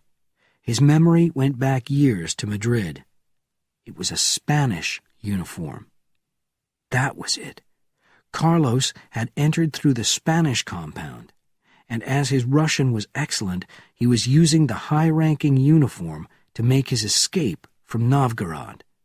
Bourne got to his feet, his automatic in his hand, and ran across the lot, his left hand reaching into his field jacket pocket for a flare.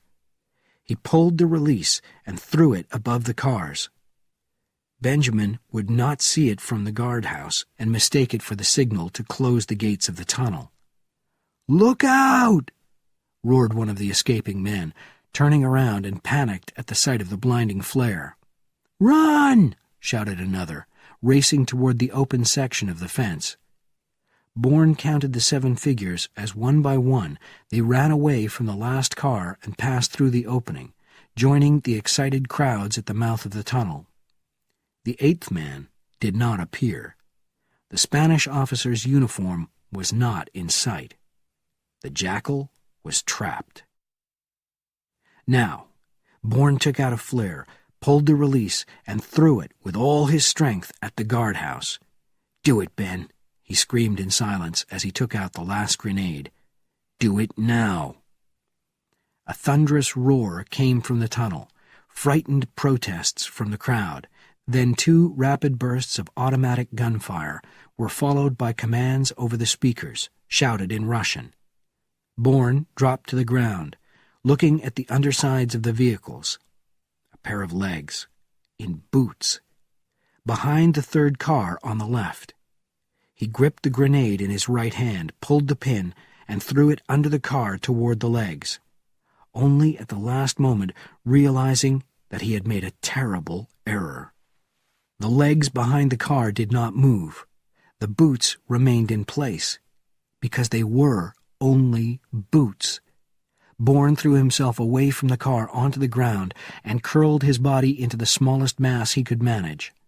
The explosion was deafening. Pieces of glass and metal stinging Bourne's back and legs.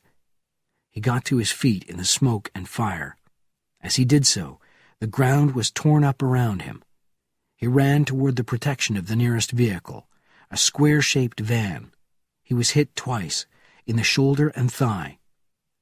"You're nothing compared to me, Jason Bourne," screamed Carlos the Jackal, his automatic weapon on rapid fire. "You never were. You're a pretender, a fraud." "Then come and get me." Bourne moved to the driver's door, pulled it open, then ran to the back of the vehicle where he crouched, his face to the edge, his Colt .45 next to his cheek. The Jackal stopped his continuous fire. Bourne understood. Carlos faced the open door, unsure, indecisive, only seconds to go. Metal against metal, a gun barrel was pushed against the door, shutting it. Now! Bourne spun around the edge of the van, his weapon firing into the Spanish uniform, blowing the gun out of the Jackal's hands. 1, 2, 3, the bullets flew through the air, and then they stopped. They stopped as the gun stuck, refusing to fire. Carlos dropped to the ground for his weapon, his left arm limp and bleeding, but his right hand still strong. Bourne pulled out his knife and leaped forward, slicing the blade down toward the Jackal's arm. He was too late. Carlos held the weapon. Bourne's hand held the hot barrel. "Hold on. Hold on. You can't let it go. Twist it. Use the knife." With a last desperate effort, Bourne pushed up and crashed Carlos back into the side of the van, striking his wounded shoulder again and again. The Jackal screamed, dropping the weapon, then kicked it under the van. Where the blow came from, Bourne at first did not know. He only knew that the left side of his head seemed suddenly to split in 2. Then he realized that he had done it to himself. He had slipped on the blood-covered ground and had crashed into the side of the van. It did not matter. Nothing mattered. Carlos the Jackal was racing away. With the confusion everywhere, there were 100 ways he could get out of Novgorod. It had all been for nothing. Still, there was his last grenade. Why not? Bourne removed it, pulled the pin, and threw it over the van into the center of the parking area. The explosion followed, and Bourne got to his feet. Maybe the grenade would tell Benjamin something, warn him to keep his eyes on the area. Barely able to walk, Bourne started for the break in the fence that led to the guardhouse and the tunnel. "Oh, God, Marie, I failed. I'm so sorry. Nothing. It was all for nothing." And then, as if all Novgorod were having a final laugh at his expense, he saw that somebody had opened the iron gates to the tunnel, giving the Jackal his invitation to freedom. "Archie?" The young Soviet ran out of the guardhouse toward Bourne. "God, I thought you were dead." "So you opened the gates to let my killer walk away?" shouted Bourne weakly. "Why didn't you send a limousine for him?" "I suggest you look again, Professor," replied a breathless Benjamin, studying Bourne's bruised face and blood-stained clothing. "Old age has damaged your eyesight." "What?" "You want gates? You'll have gates." The trainer shouted an order toward the guardhouse in Russian. Seconds later, the huge iron gates descended, covering the mouth of the tunnel. But something was strange. The gates appeared to be swollen somehow, shiny and showing reflections. "Glass," said Benjamin. "Glass?" asked a puzzled Bourne. At each end of the tunnel, 8-centimeter walls of glass, locked up. "What are you talking about?" It was not necessary for the young Russian to explain. Suddenly, a series of huge waves crashed against the glass as the tunnel filled with the waters of the Volkhov River. Then, within the silence of the growing, moving liquid, there was an object, a thing, a body. Bourne stared in shock, unable to release the cry that was in him. He gathered what strength he had left and ran unsteadily to the wall of glass. Breathlessly, he placed his hands against it and looked at the scene barely centimeters in front of him. The dead body of Carlos the Jackal kept crashing back and forward into the steel bars of the gate, his features twisted in hate. Jason Bourne watched in satisfaction, his mouth tight, the face of a killer among killers, who had won. Briefly, however, the softer eyes of David Webb appeared, forming the face of a man for whom the weight of a world he hated had been removed.